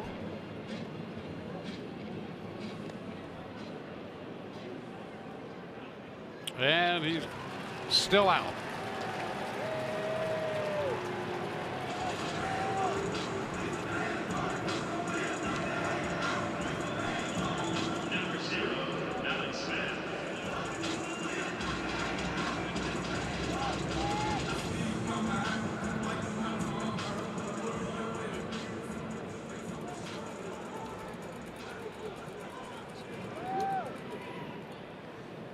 So Beckham is at first with 2 outs. Rays lose that man at the plate. Alex Smith now the hitter.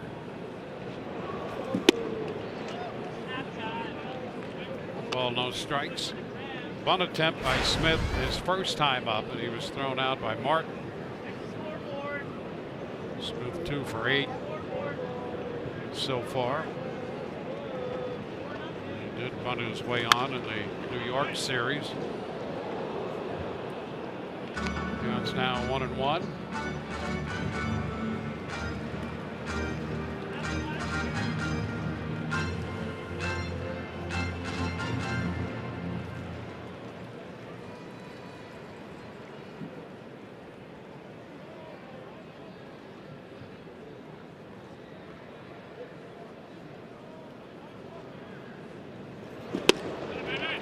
One and two.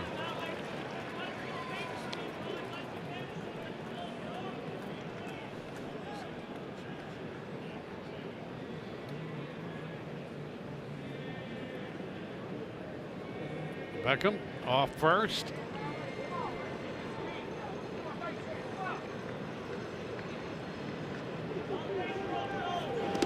This one popping away, but no attempt to move up by Beckham. Martin quickly recovering.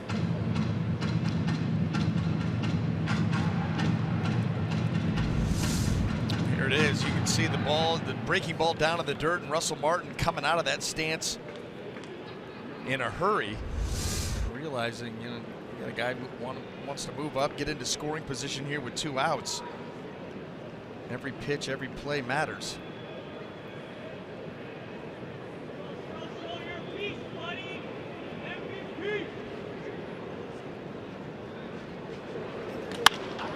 Roller to Donaldson. His throw is on the money, and the Rays will leave a man. So we've gone through 5. Marcus Stroman and the Toronto Blue Jays have built a lead over the Rays, moving into the 6th. It's a 4-0 ball game.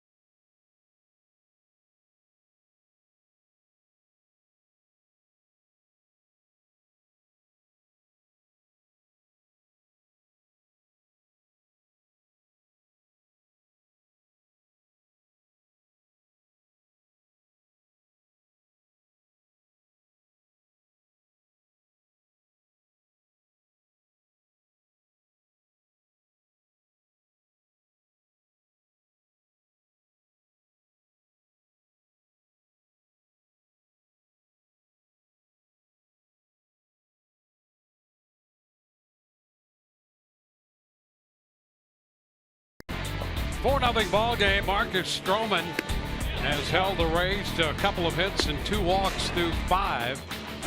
And he has been on his game. He really has. He served notice in that first inning with striking out the side, and all he's needed thus far is that right there. Kendrys Morales, after back-to-back walks, gets a fastball middle in and turns on it with authority and gives the Toronto Blue Jays their 4 runs.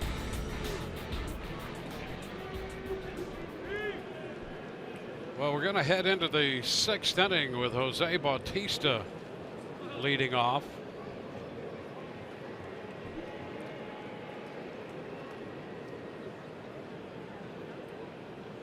Well, the 25-year-old right-hander has been very good for the Blue Jays, and Blake Snell with a couple little control run-ins, command run-ins with that fastball, and that one pitch to Morales has been the difference in this game. 0-1 pitch, and Bautista lifts a fly ball right center, and Souza Jr., no worse for the wear after that play at the plate, is out there to make the catch. So 1 away in the 6th. Here is Kendrys Morales. Morales with a grand slam in the 3rd. We mentioned his first grand slam when he injured himself. That was when he was with Kansas City, and he was having a great year for Kansas City, and came around and in the celebration at the plate suffered that fractured lower leg.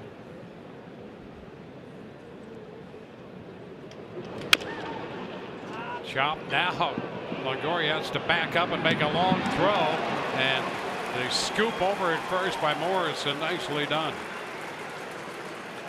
Yeah, on both ends, because Evan Longoria got caught in between on that tough hop and then realized he's going to have to get rid of the ball and not going to be able to really step into it. You see right there, starts in, then backs up, got to get rid of it.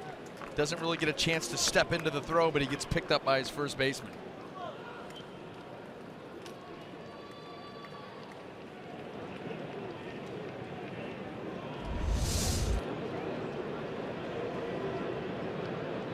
So 2 gone. Destroyed Tulowitzki. He looks at a strike. Snell 2 outs into the 6th inning.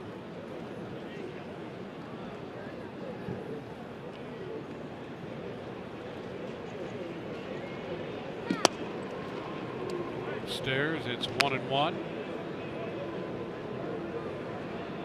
Like just over 80 pitches now.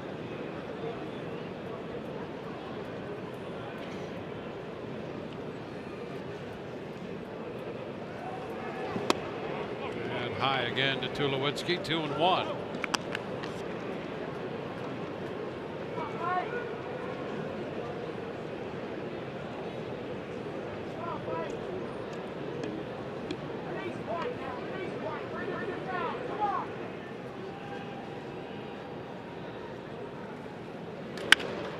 Got in on him, a little popper, shallow left, and out from short is Beckham, who handles that. A 1-2-3 inning. Rays coming in to hit in the bottom of the 6th, down 4-0.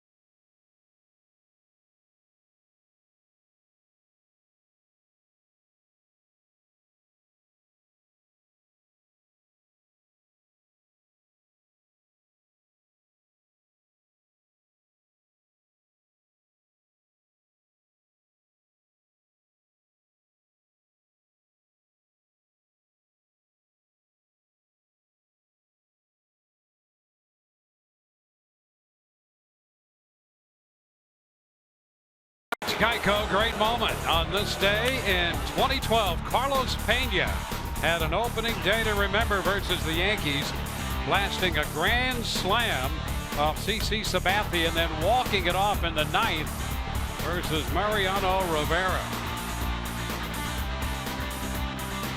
Here's a trivia question for you. To have a day like that, you would think that Pena might have hit cleanup. That was not the case. The cleanup hitter that day was Jeff Keppinger. How about that?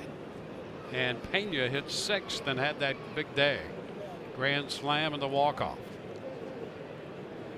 Had him right where he needed to have him. Yep. Here's Sucre with a little tap down to Donaldson. One pitch and one out. Second time that Jesus Sucre has gone out third to first. We'll swing back around to the top of the batting order. And Corey Dickerson.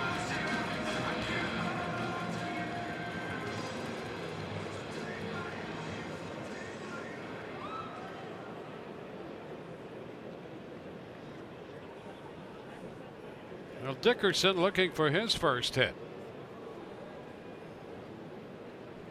Rays have only 2 hits. For that matter, the Blue Jays have only 2 hits. And it's a strike call to Dickerson.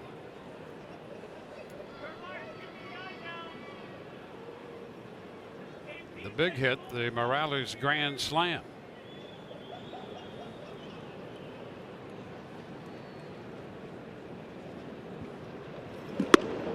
Blue Jays in that third got 2 walks and 2 hits. One of those is the home run.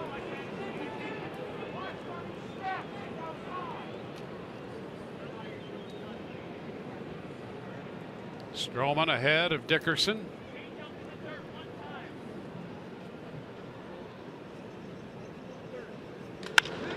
Shot toward left center. That's going to be in there. Pilar cuts it off, and Dickerson will hold at first. An 0-2 base hit. Well, Marcus Stroman was trying to go up and away. Didn't quite get the pitch to the desired location. That stays out over the plate, outer third, and Corey Dickerson, you know, that willingness to be able to hit the ball the other way.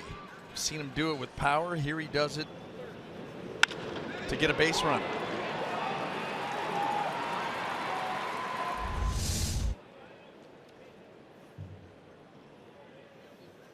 Kevin Kiermaier, a little tapper. That's a foul ball for a strike.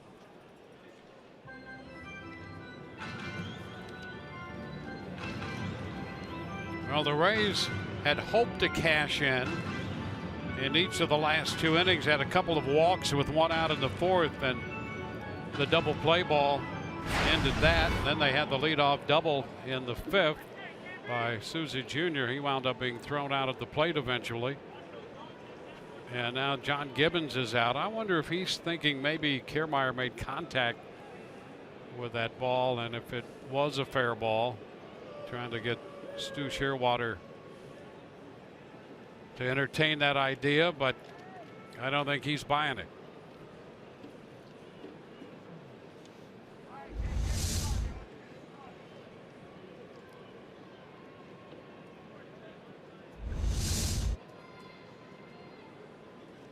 Ground ball back to the mound. Quick toss to second 1, first base 2. They get the double play again. 1-6-3 on the double play. Stroman unloaded it quickly with Kiermaier the hitter. He got rid of it in short order back to second. Tulowitzki's throwing plenty of times. We're going to go to the 7th. It's still 4-0.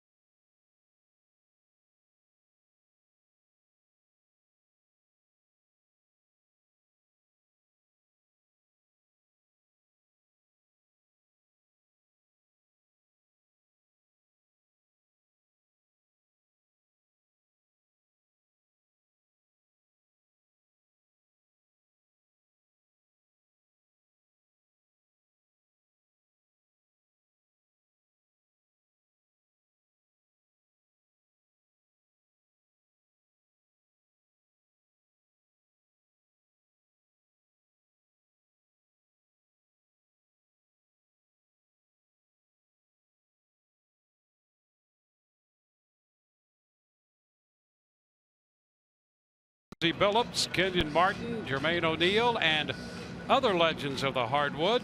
Leave it all on the floor for a 10-city 3-on-3 battle, the likes of which hoop fans have never imagined. Ice Cube presents Big 3 basketball, coming this summer only on FS1.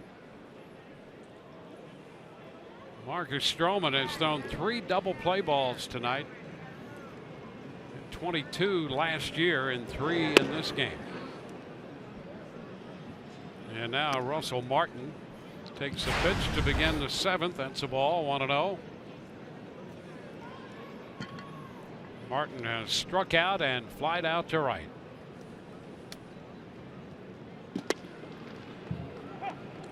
That's a strike, 1-1. Blake Snell working here in the 7th. 85 pitches.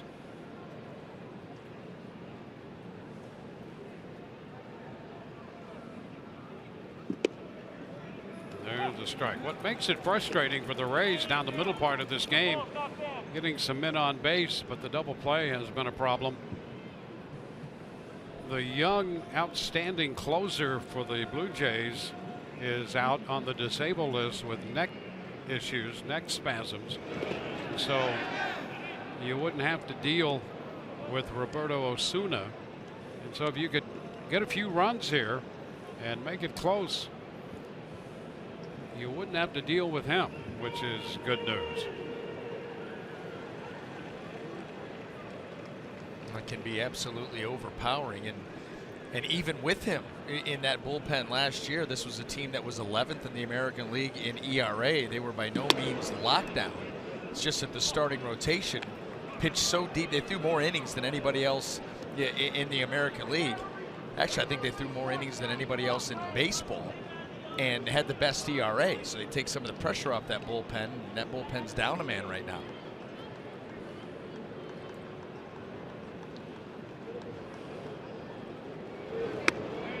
Leadoff walk to Martin. It's the 5th walk given up by Snell. Mimic Kevin Kiermaier Saturday by snaring your own phenomenal catch. When the Rays take on the Blue Jays, fans receive a KK Gold Glove Bobble presented by Dex Imaging. Be a part of the action. Call 888-FAN-RAYS. Visit RaysBaseball.com. Rays up.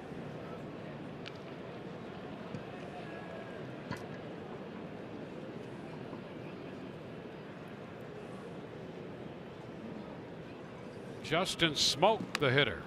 Pitch is too high. And here comes Jim Hickey. Rays pitching coach headed to the mound. A walk in that first pitch way up. Yeah, he hits 90 pitches. You give your starter out there, your pitcher out there, whoever it may be, the opportunity to find it on his own. And you're seeing right now a lot of arm side misses up and away, and that's just indicative of not getting out in front and out over the front side. That could be fatigue, that could be overstriding, could be a lot of different things. You can see he never gets to where he can drive the pitch to his spot, and when that happens and that arm's lagging, everything's going to be arm side up, arm side up.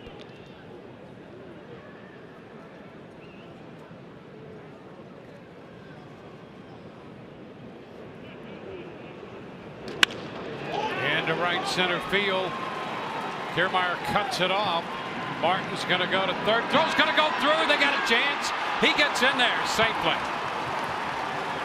First and third with nobody out.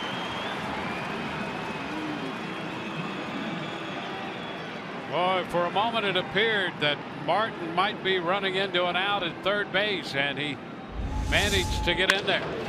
Well, what we know about Kevin Kiermaier is he can cover some ground, and he's got a good arm. And even falling away from third base, more towards the right field line, he still gets enough on that throw to make a play of it. You can see Evan Longoria with the scoop trying to get it to the ankle just a hair late.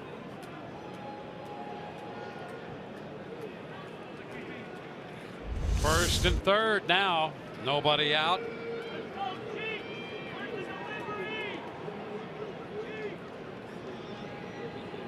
Kevin Pillar with the infield up. Pitch is up.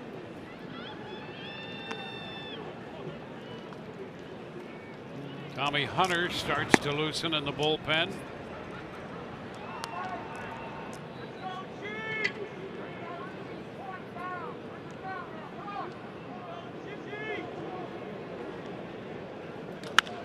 It's popped up short right. Souza Jr. will make the catch. Martin tags, comes down the line, but stops, and Souza unloads a throw to the plate. So the Rays get the kind of out they need right there. And Martin remains at third.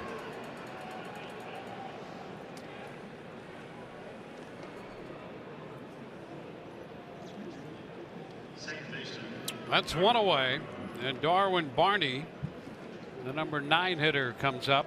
He has singled and walked tonight.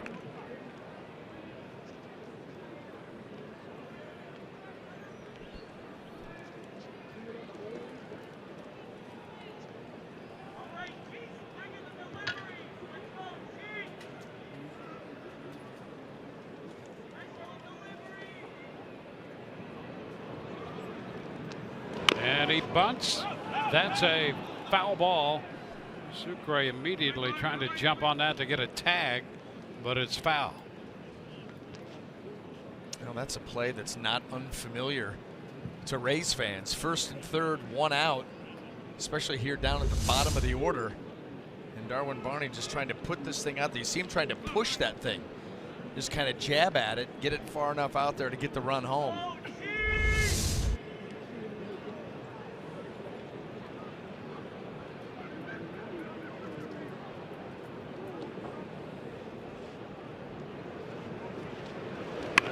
Bunt down to first base side again. Morrison could not field it cleanly and then had no place to go. And Martin scores easily. And it's 5-0.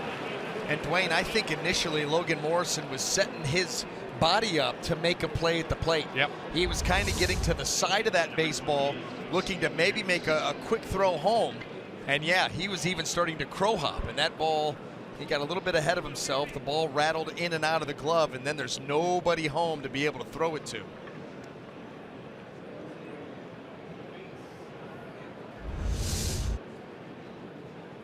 So they're going to give Barney a base hit and a run batted in.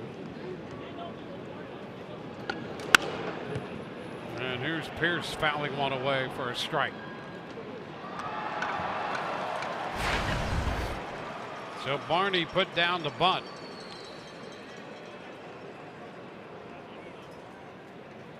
Morrison would have had an out somewhere, but could not field it cleanly. Despite all that, it's still a hit. Fly ball to right. Souza Jr. streaking toward the line. There's a tag at second. Smoke's going to go to third. We'll have 2 outs. So the Blue Jays, who scored 4 on the grand slam in the third, have another run in the 7th inning. And that's going to be it for Blake Snell with Josh Donaldson due up. Kevin Cash comes out to make a pitching change.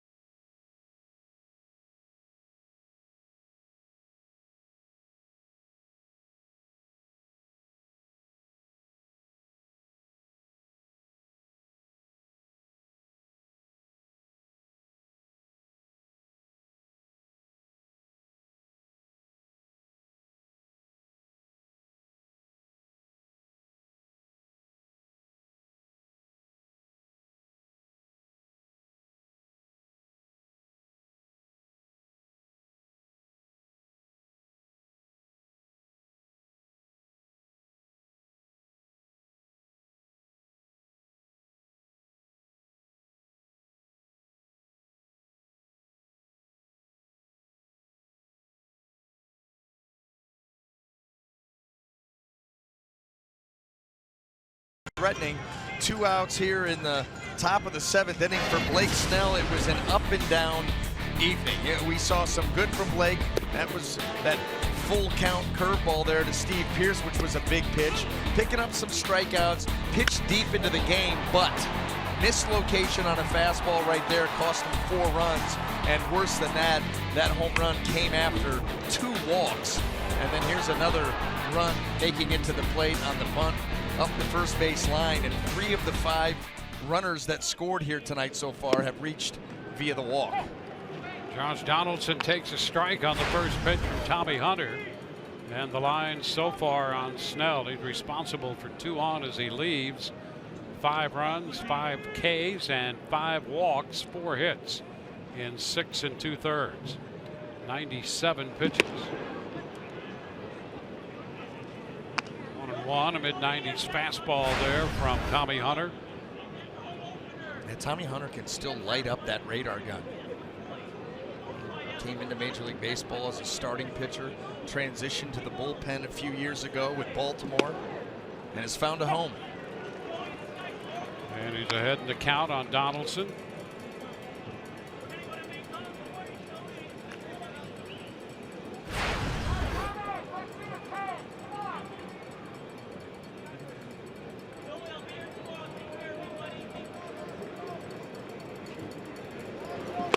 And strike 3 call. Donaldson caught looking.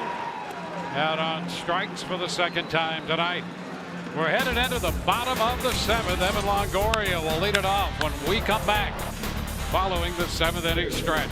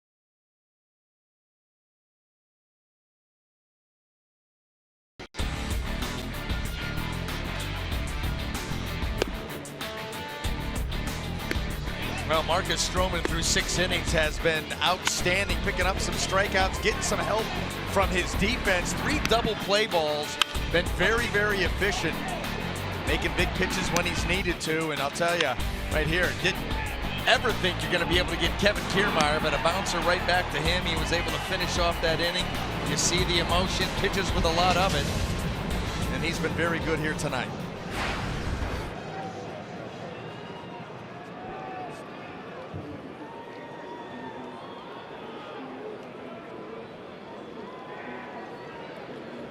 Well, there's the line on Stroman as Evan Longoria steps in. Ezekiel Carrera is in the game to play left, replacing Pearce for Toronto. There he is out there in left. Pilar is still in center. Bautista in right. And Stroman misses with the breaking pitch. 1-0.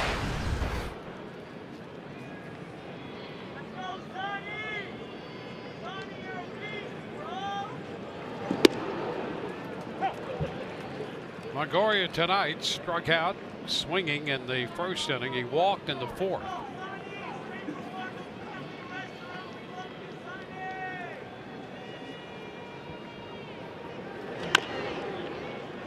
behind in the count in the bottom of the 7th inning.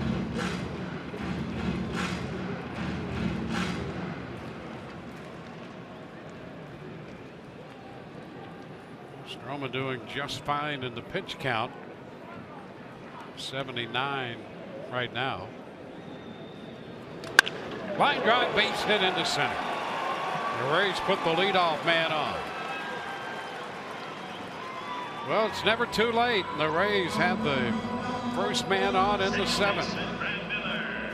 Well, and Evan, never panicking during the course of an at-bat, finally gets a pitch to handle. It is on the outer, well, really almost on the outside corner, but up enough. He can just go out there and get it, spank that thing into center field, and get the Rays off here in the bottom of the 7th.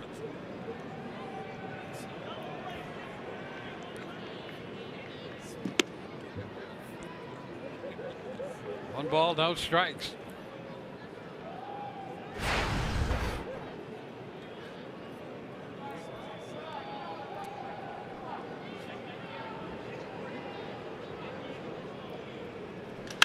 There's a liner into left. That ball is going to stop. One hop in front of Carrera.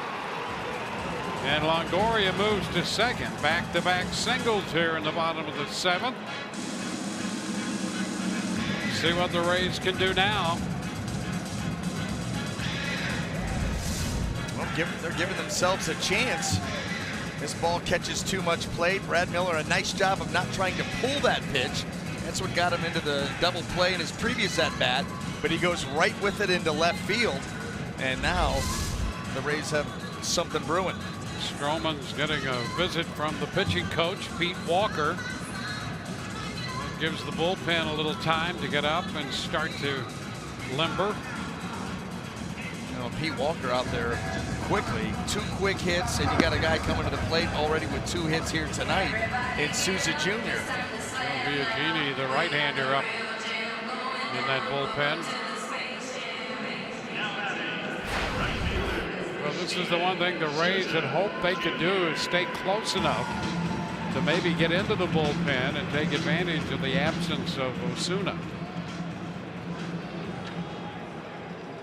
Well, this is where it has to happen, period. STROMAN still has that pitch count in good order with just 82. Souza doubled his last time. And a near miss. 1 ball, no strikes.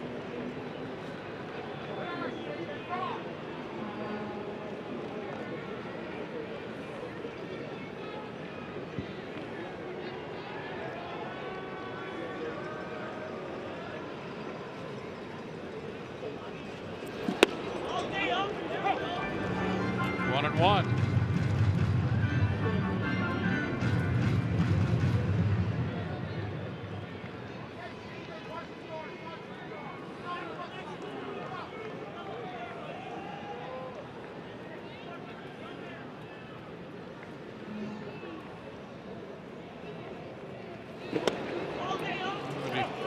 Got that call that time. Boy, that's tough. That's a big swing count. 2-1, 1-2. Big difference. Slider looks like it slides right off the plate, but close enough. It does get the call.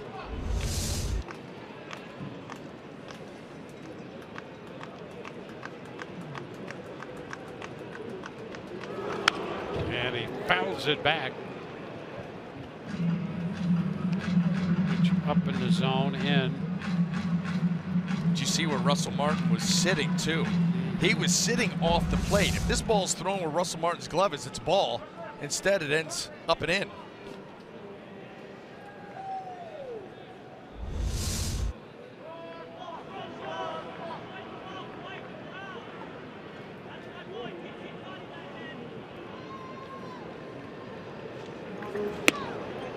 It's wide.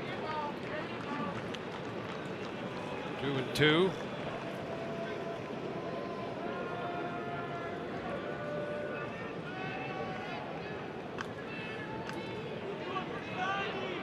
Logan Morrison on deck.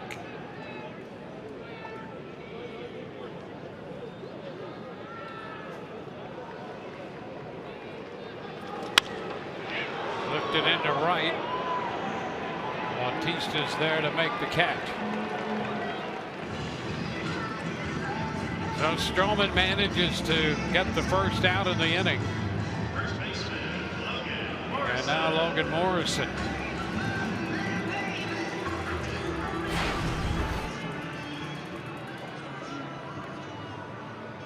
Morrison with 2 ground ball outs. He grounded into a double play in the second.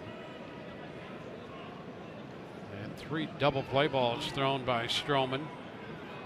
He had the highest ground ball percentage in the major leagues last year, over 60%, 61.4.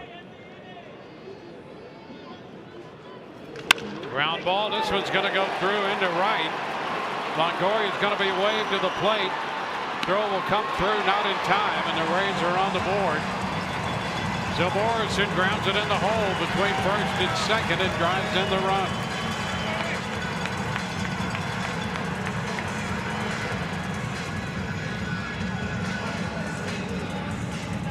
And 3 hits in the inning, and the Rays are on the board. Well, Logan Morrison off to a hot start, gets a pitch outer half, pulls it, hits it hard enough. He's going to get it over into the hole. No problem there. Evan Longoria is going to challenge Jose Bautista's arm out in right field. He gets in safely, and that's going to end the night of Marcus Stroman.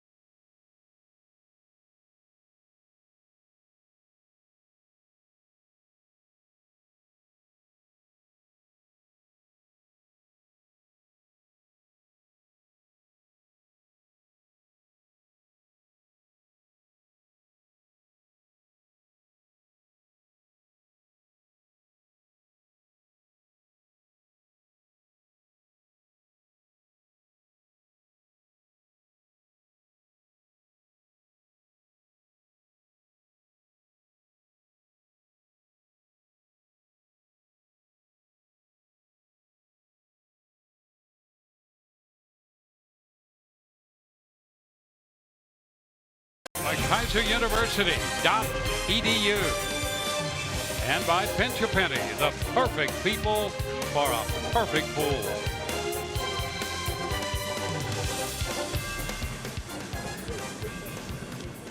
Marcus Stroman out after 6 1/3 and 89 pitches. 1 run, 2 walks, and 5 strikeouts, responsible for 2 on. And Joe Biagini comes on to face Tim Beckham.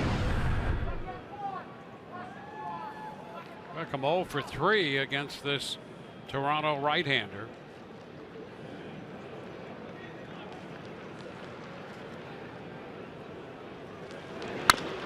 And a little tap to third. Donaldson steps on the bag, and the throw to first in time. Biagini gets 2 outs with 1 pitch to end the 7th, and the Rays settle for 1 run as they ground into their 4th double play of the night.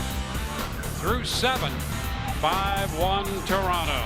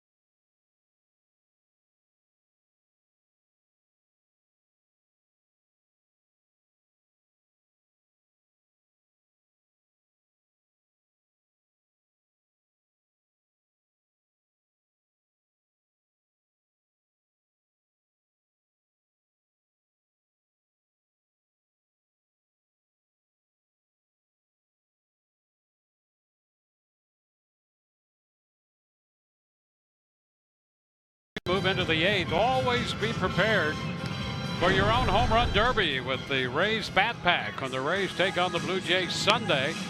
Kids 14 and under receive a baseball bat pack presented by Sagicor Life Insurance Company. Be a part of the action. Call 888-FAN-RAYS or visit RaysBaseball.com. Rays up.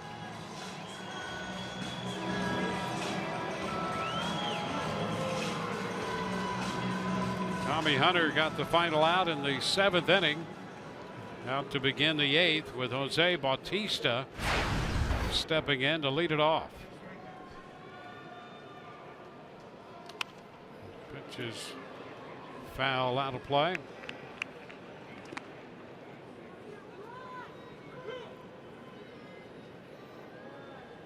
Morales next, and then Tulowitzki.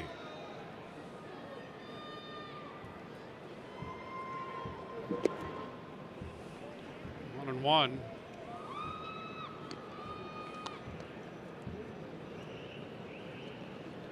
So both starters out of the game. Stroman after 89 pitches. Snell after 97. And it's 1-2.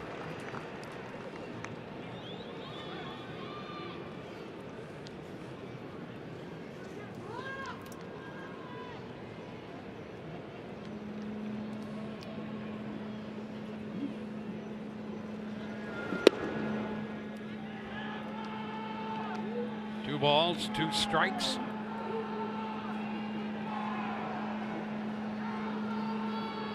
Morales the big difference in this game with his grand slam, 4th of his career. He's on deck.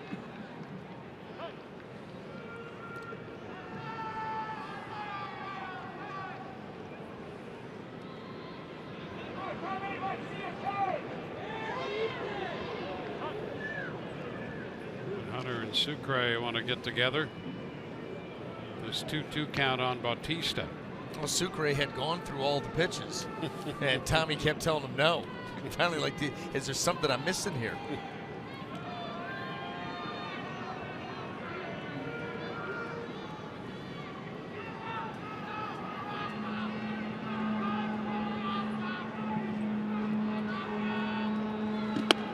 Stairs. Him back, full count. Well, Hunter has faced Bautista more than anybody else on this Toronto ball club in terms of at bats. Bautista 8 of 33 against him. Going to chop her down to first. That'll make it 8 for 34. Morrison takes care of that unassisted. Yellowwood bringing the lumber, and tonight it was KENDRYS Morales who brought the lumber in the 3rd, connecting on an 0-1 pitch. And boy, there was no doubt upon contact when he hit that one. His 4th career grand slam. That all came with 2 outs.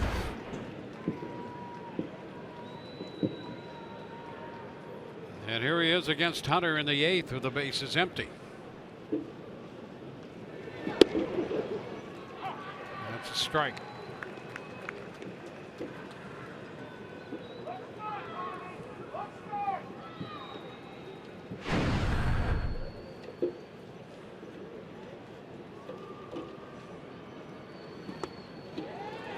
Two.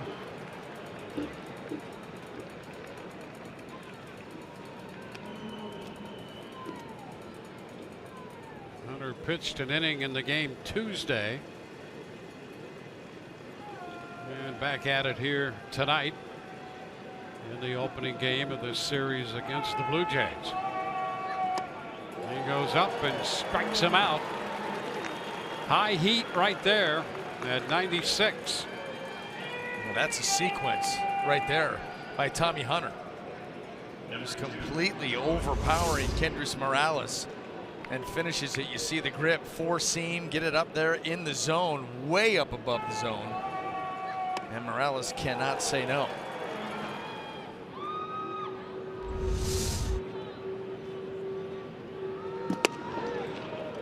Tulowitzki takes the pitch too high.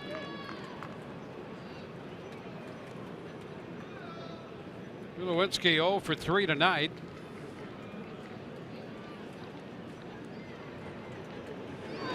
That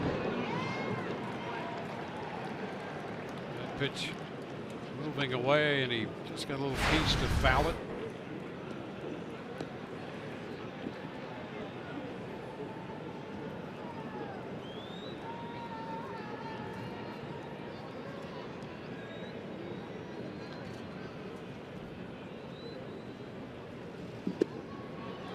Did he go? He did not, says Mike Winters down at first base.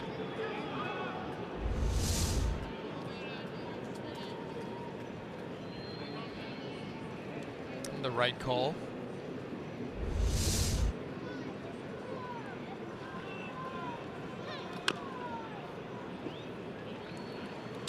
A 2-2 count.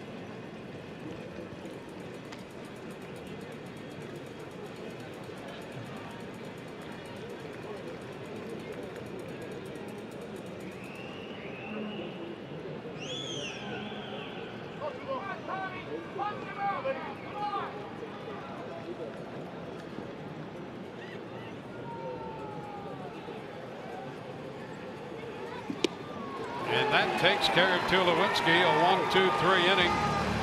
3 strikeouts for Hunter. Bottom of the 8th.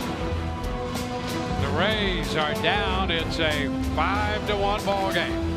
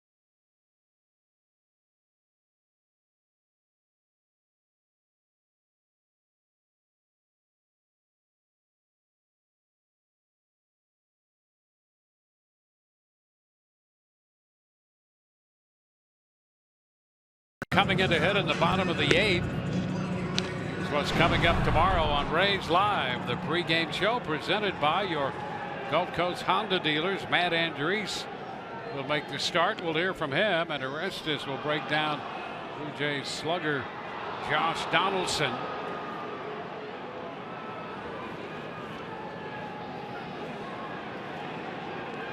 Well, Donaldson's going to play it close here at third in the bottom of the 8th with Malik Smith leading off. Smith, Sucre, and Dickerson due up against the right-hander Joe Biagini. Lifted toward the left field line, and Carrera is there to make the catch.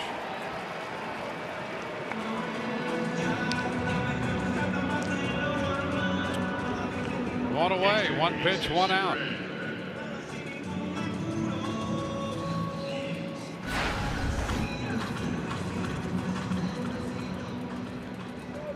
Jesus Sucre. Twice he's grounded out to Donaldson at third.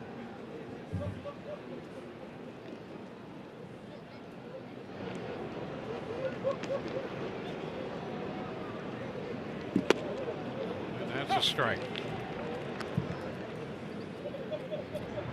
There's J.P. Howell in the bullpen for the Blue Jays. After a stint with the Dodgers, now with Toronto, and J.P. loosens down the left field line. Little tapper third base line, and that's foul. Rays bullpen busy as well. Andy Farquhar.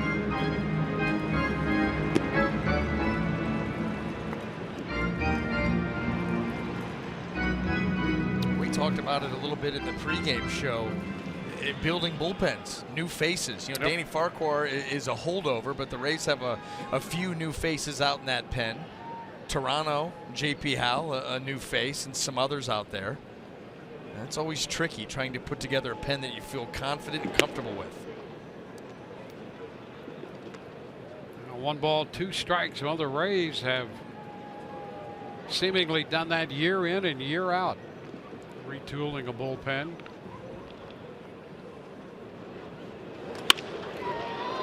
One hopper, and that'll be handled by Barney.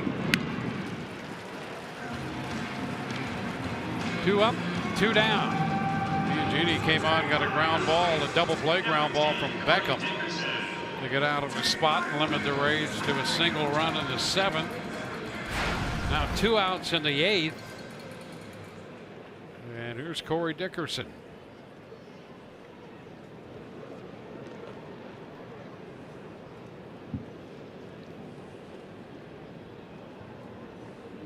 Dickerson has a hit. That came his last time up when he singled into left center. That was against Stroman.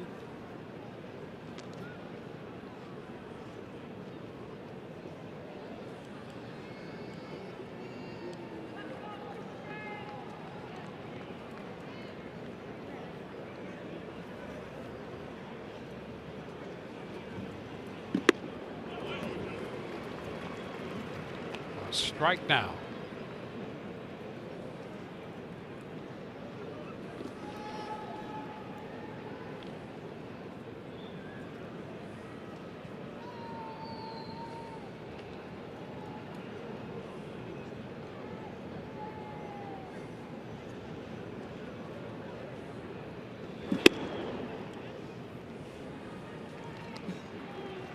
It's 1-1.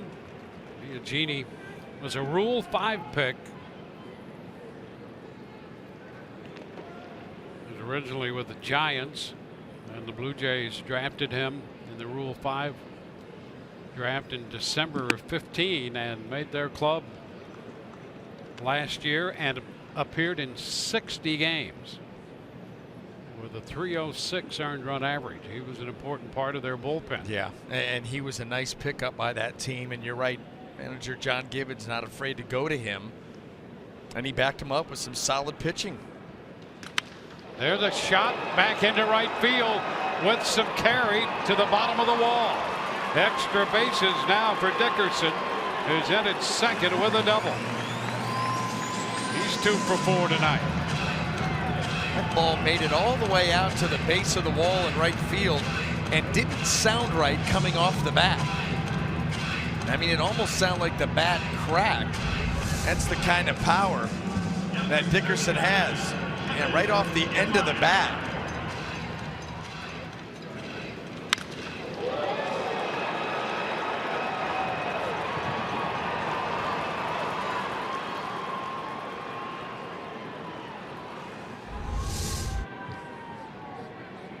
So here's Kiermaier.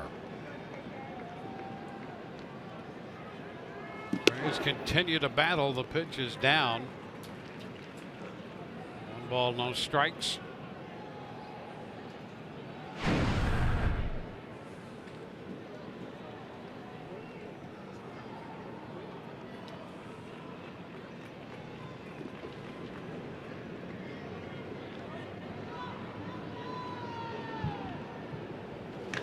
Ground ball down to first, and Smoke makes the pickup and the play unassisted. A double and a man left. We go to the 9th, 5-1 Toronto.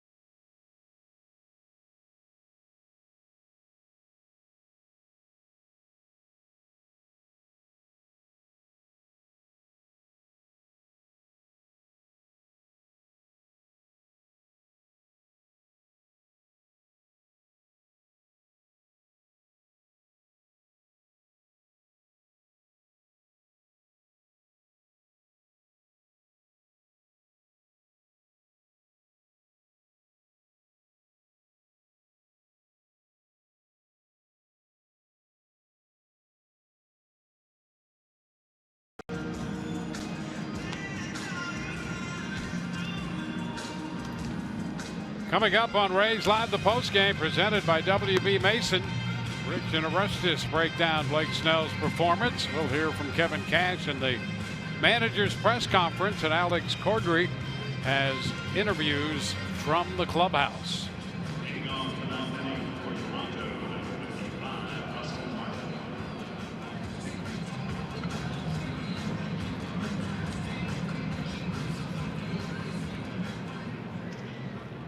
Danny Farquhar takes over from Tommy Hunter. Hunter an inning and a third.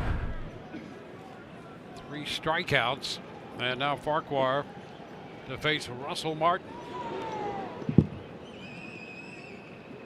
Martin walked and scored in the 7th inning. Otherwise has struck out and lifted a fly ball to right.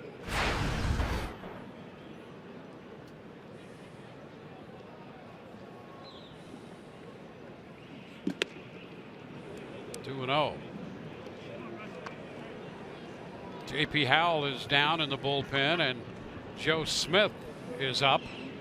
So the right-hander Smith throwing now. 2-1.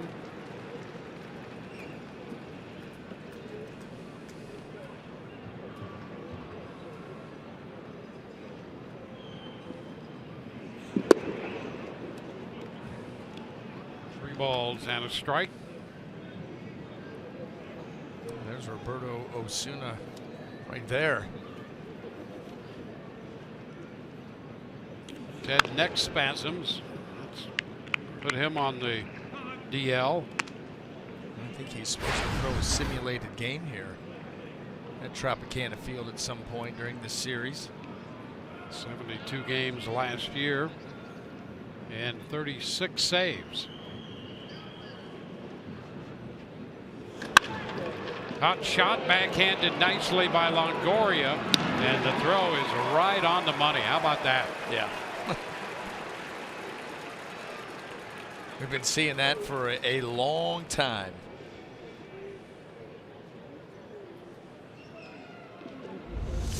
Another look. A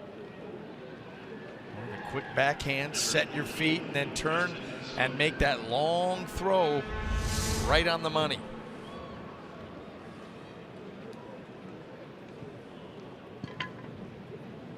First out of the 9th, and now the first baseman, Justin Smoke.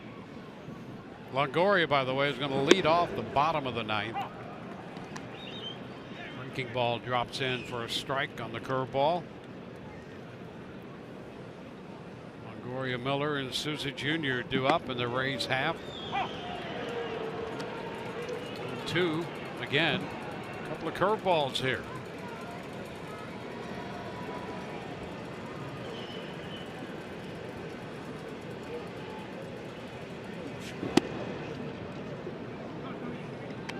Ball, 2 strikes. That was the pitch right there that Farquhar had working at the end of last season as well as anybody. That put away changeup. It's 2-2 now.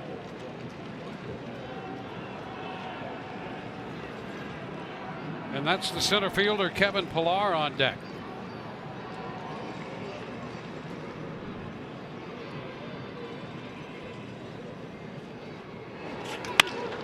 Ground ball into short right. The Rays with the shift, and Miller's out there. Smoke is out at first.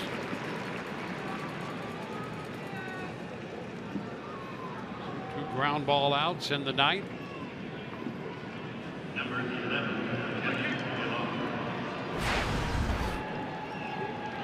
And Kevin Pillar.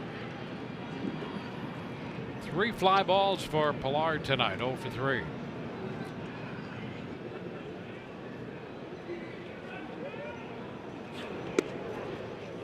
The curveball drops in to start him for a strike.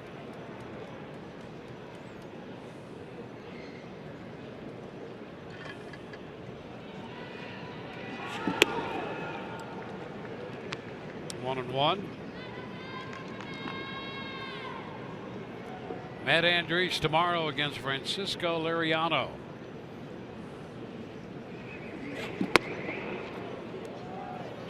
That'll be the second game of this 4-game series tomorrow night. Righty and a lefty matching up. Lifted up the right side. Souza Jr. into foul territory. Checks the mound and loses his footing on the front side of the mound and cannot make the play. Got his glove on it. Yeah, you always worry about that too, down that right and left field line. The mound comes into play, the eyes cannot leave the baseball, and then all of a sudden the terrain changes.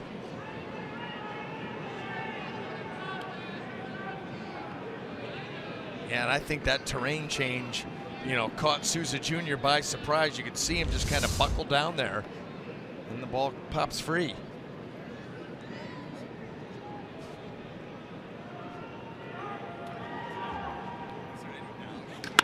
Oh, a shot back through the middle. And Pilar has a hit.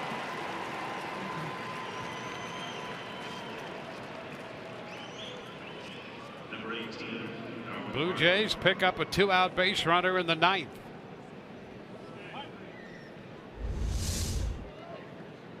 Get a second opportunity, and that ball hammered right back through the box.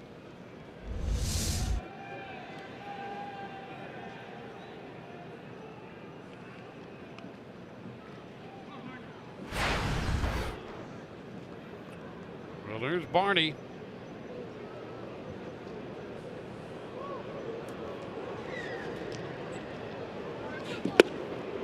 And that fastball is by him for a strike.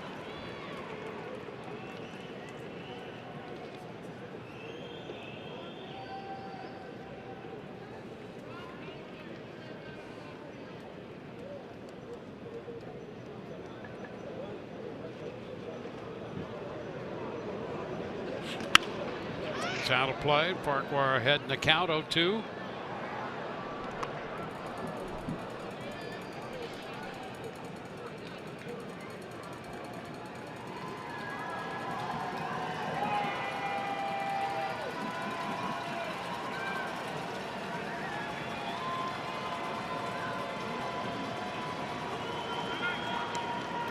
And over to first. Back in goes Pilar head first.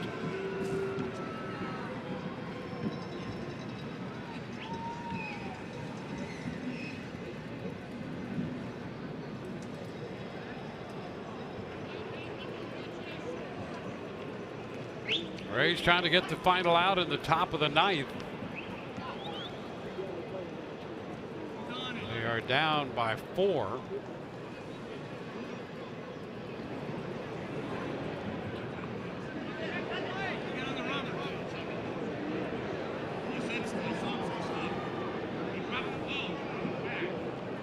And a little discussion going about, I guess, that pickoff. Is that it? I think so. There it is. Quick feet, turn, throw. And maybe that you can see right there too. Logan Morrison reaching down there. Maybe he caught it right on his back, but. Ooh, pretty close. Farquhar was set to make a move toward the dugout right there, and it just missed. Good effort. To jump on a heater here. So it's 1 ball, 2 strikes. Oh, that's fouled back.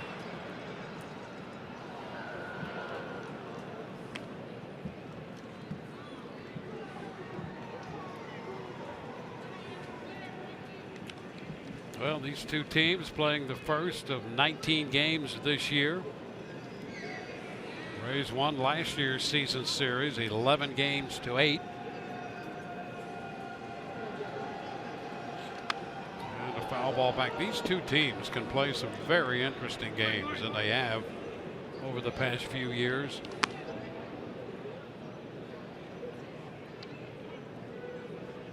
Rays through the years are 9 games over 500 against the Blue Jays.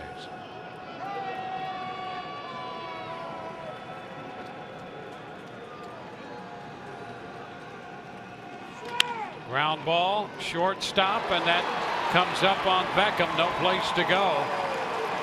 headed toward the hole to try to backhand it. And so with 2 outs now, suddenly 2 men on for the Blue Jays. It'll be a hit for Barney. He's got an opportunity to make this play, and you see it just comes up on Beckham, attempting that backhand and right off the wrist. So Barney managed to stay alive up there, and he's on for the 4th time. He has 3 hits and a walk tonight, a run batted in, and a run scored.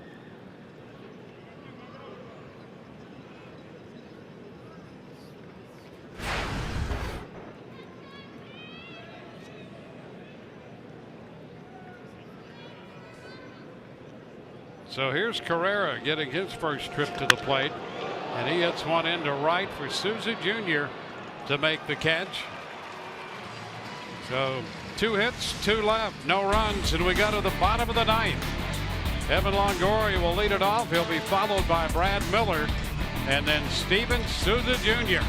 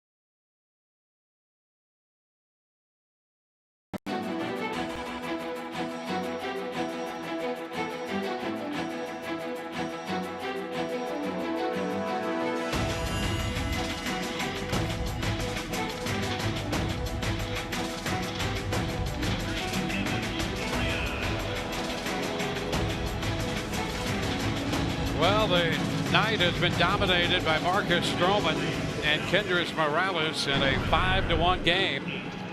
Joe Smith will take over from the right-hander Biagini, and the Rays will send Evan Longoria to the plate, trying to get something started here in the bottom of the 9th inning.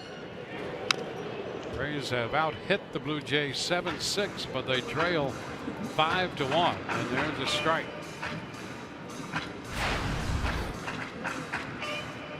Longoria has been on twice. He walked in the 4th, singled, and scored the Rays run in the 7th. Pitch sails wide. It's 1-1.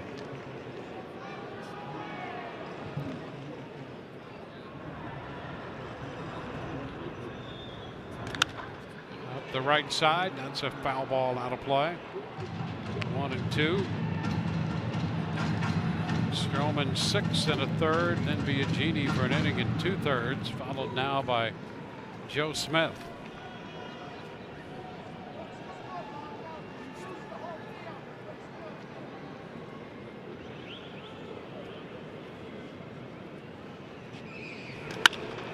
And to right toward the line, and Bautista over there makes the catch for the out.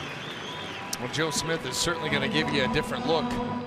We see a lot of bullpens built that way. You got power guys over the top. Think about Biagini. Then all of a sudden you go to a Joe Smith that's going to come from down under, fastball, sweep the breaking ball, occasional changeup.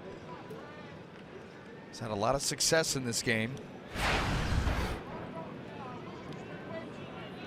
Now Brad Miller faces him. Miller has 1 of the 7 hits.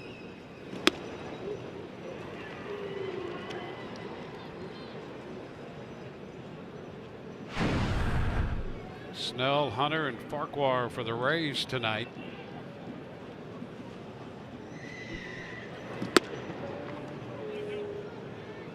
One and one.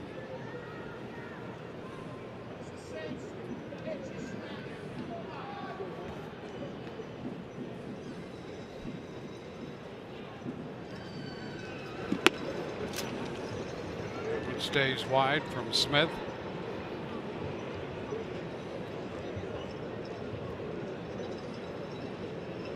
Jay signed Smith this past February.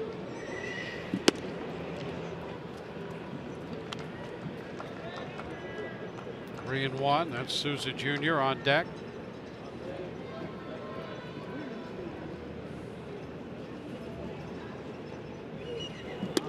And a walk.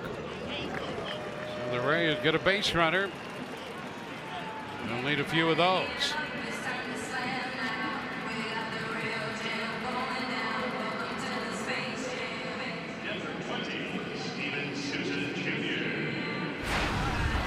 Here's Steven Souza Jr. It was single and a double in the game.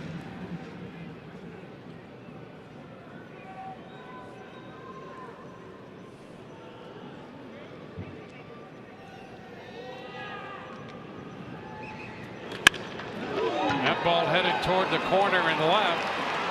One hop.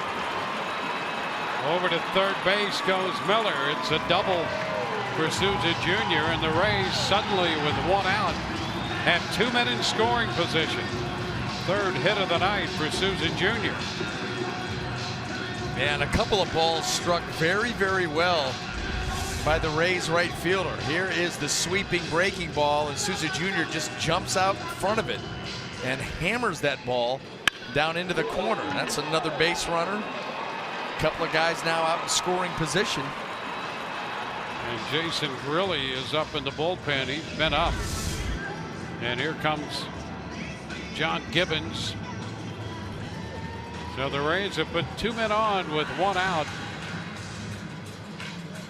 And Gibbons makes a slow trip to the mound. Without Osuna, Grilli is the man they turn to close. And that's what they're going to do right here.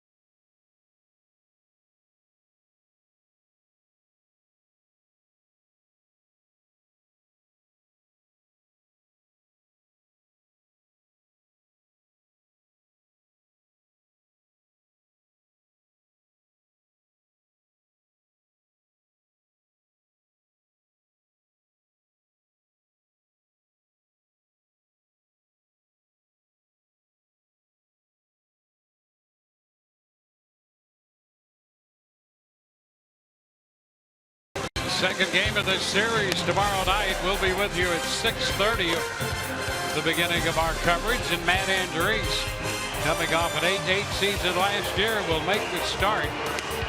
He'll be opposed by the left-hander Francisco Liriano. And we'll see how the series stands with KENDRYS set to work tomorrow. The Rays trying to push the Blue Jays here in the bottom of the 9th inning, coming in down 5-1, but they put men at second and third with 1 out. And Logan Morrison will face Jason Grilli. He lost Monday.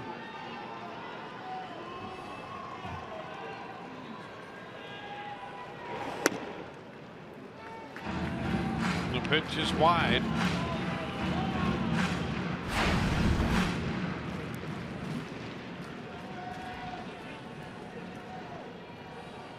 So the Rays with a potential tying run on deck, and Ricky Weeks Jr.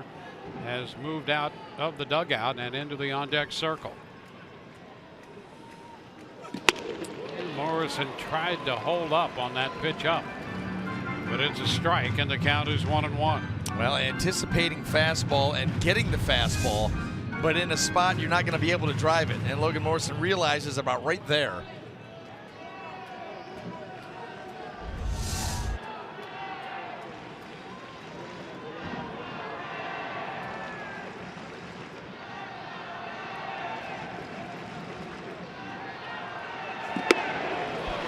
And now Morrison is down in the count, 1-2. Jason Grilli too, understanding that Logan Morrison early in the count wants to pull with power, drive some of these runs in, and he has stayed away from them thus far and stayed with the hard stuff, 92-94.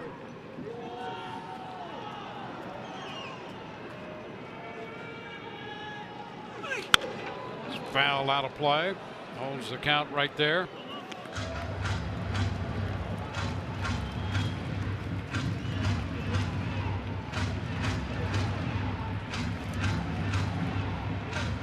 Stroman, Biagini, Joe Smith started this inning. Runners belong to him. Jason Grilli, 40-year-old right-hander out there.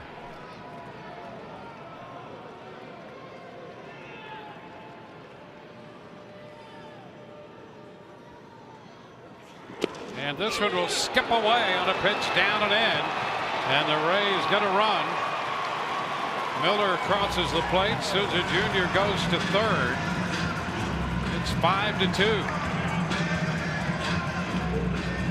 Wild pitch. Well, a slider down and in, and it looked like it caught the shin guard of Russell Martin, the way that it ricocheted out of there. As he goes down to block it, and it does. It sneaks under the glove and actually the inside of the heel.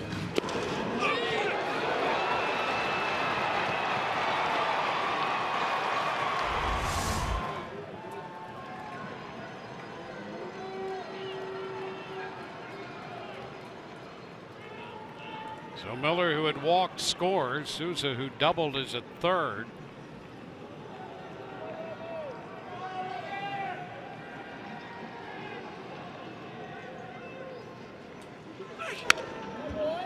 Morrison extends the at-bat, fouling it back.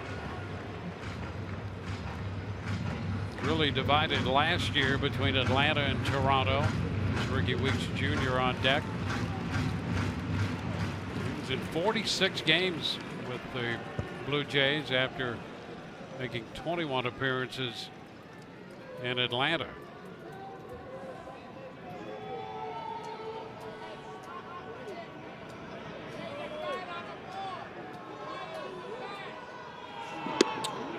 Morrison takes that pitch down and in. So the count is full.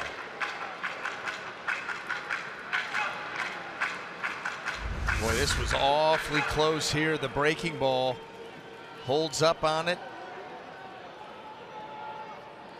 Just down, just off.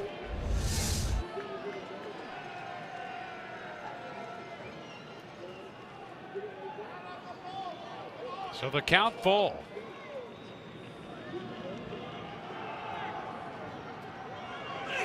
And Morrison out on strikes. He missed the fastball.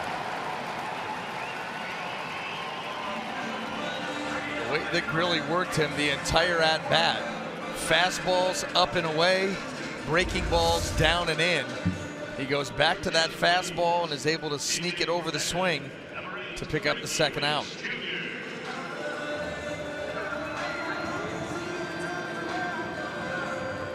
So the Rays down to their final out. Ricky Weeks Jr. will hit for Tim Beckham.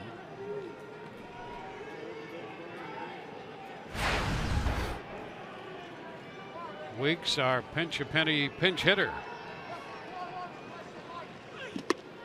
And he goes after the first pitch fastball, fouling it back.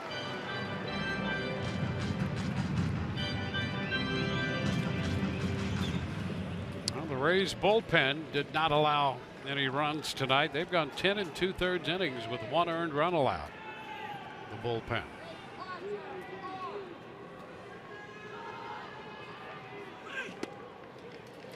And strike 2 call.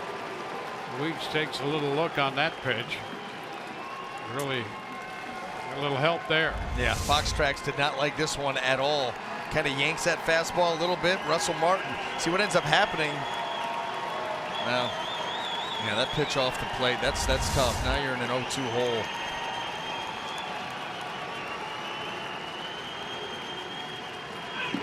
And Weeks out on strikes to end this one. Really got him with a fastball to end it. The Rays do score a run in the ninth, but they leave a man at third. And the Toronto Blue Jays have taken the first game of this series. Here's the final pitch of the game right there. They'll just continue to attack Ricky Weeks with the fastball away and elevated, and Jason Grilli pretty amped up over that strikeout. The Blue Jays pick up their first win of the season. So the Rays go to 2-2. The Blue Jays are 1-2. Stroman the winner, Snell the loser, and Grilli picks up the save. Brian Anderson, Dwayne Stats. Hope you've enjoyed game coverage. Coming up next, Rays Live, the post game presented by WB Mason.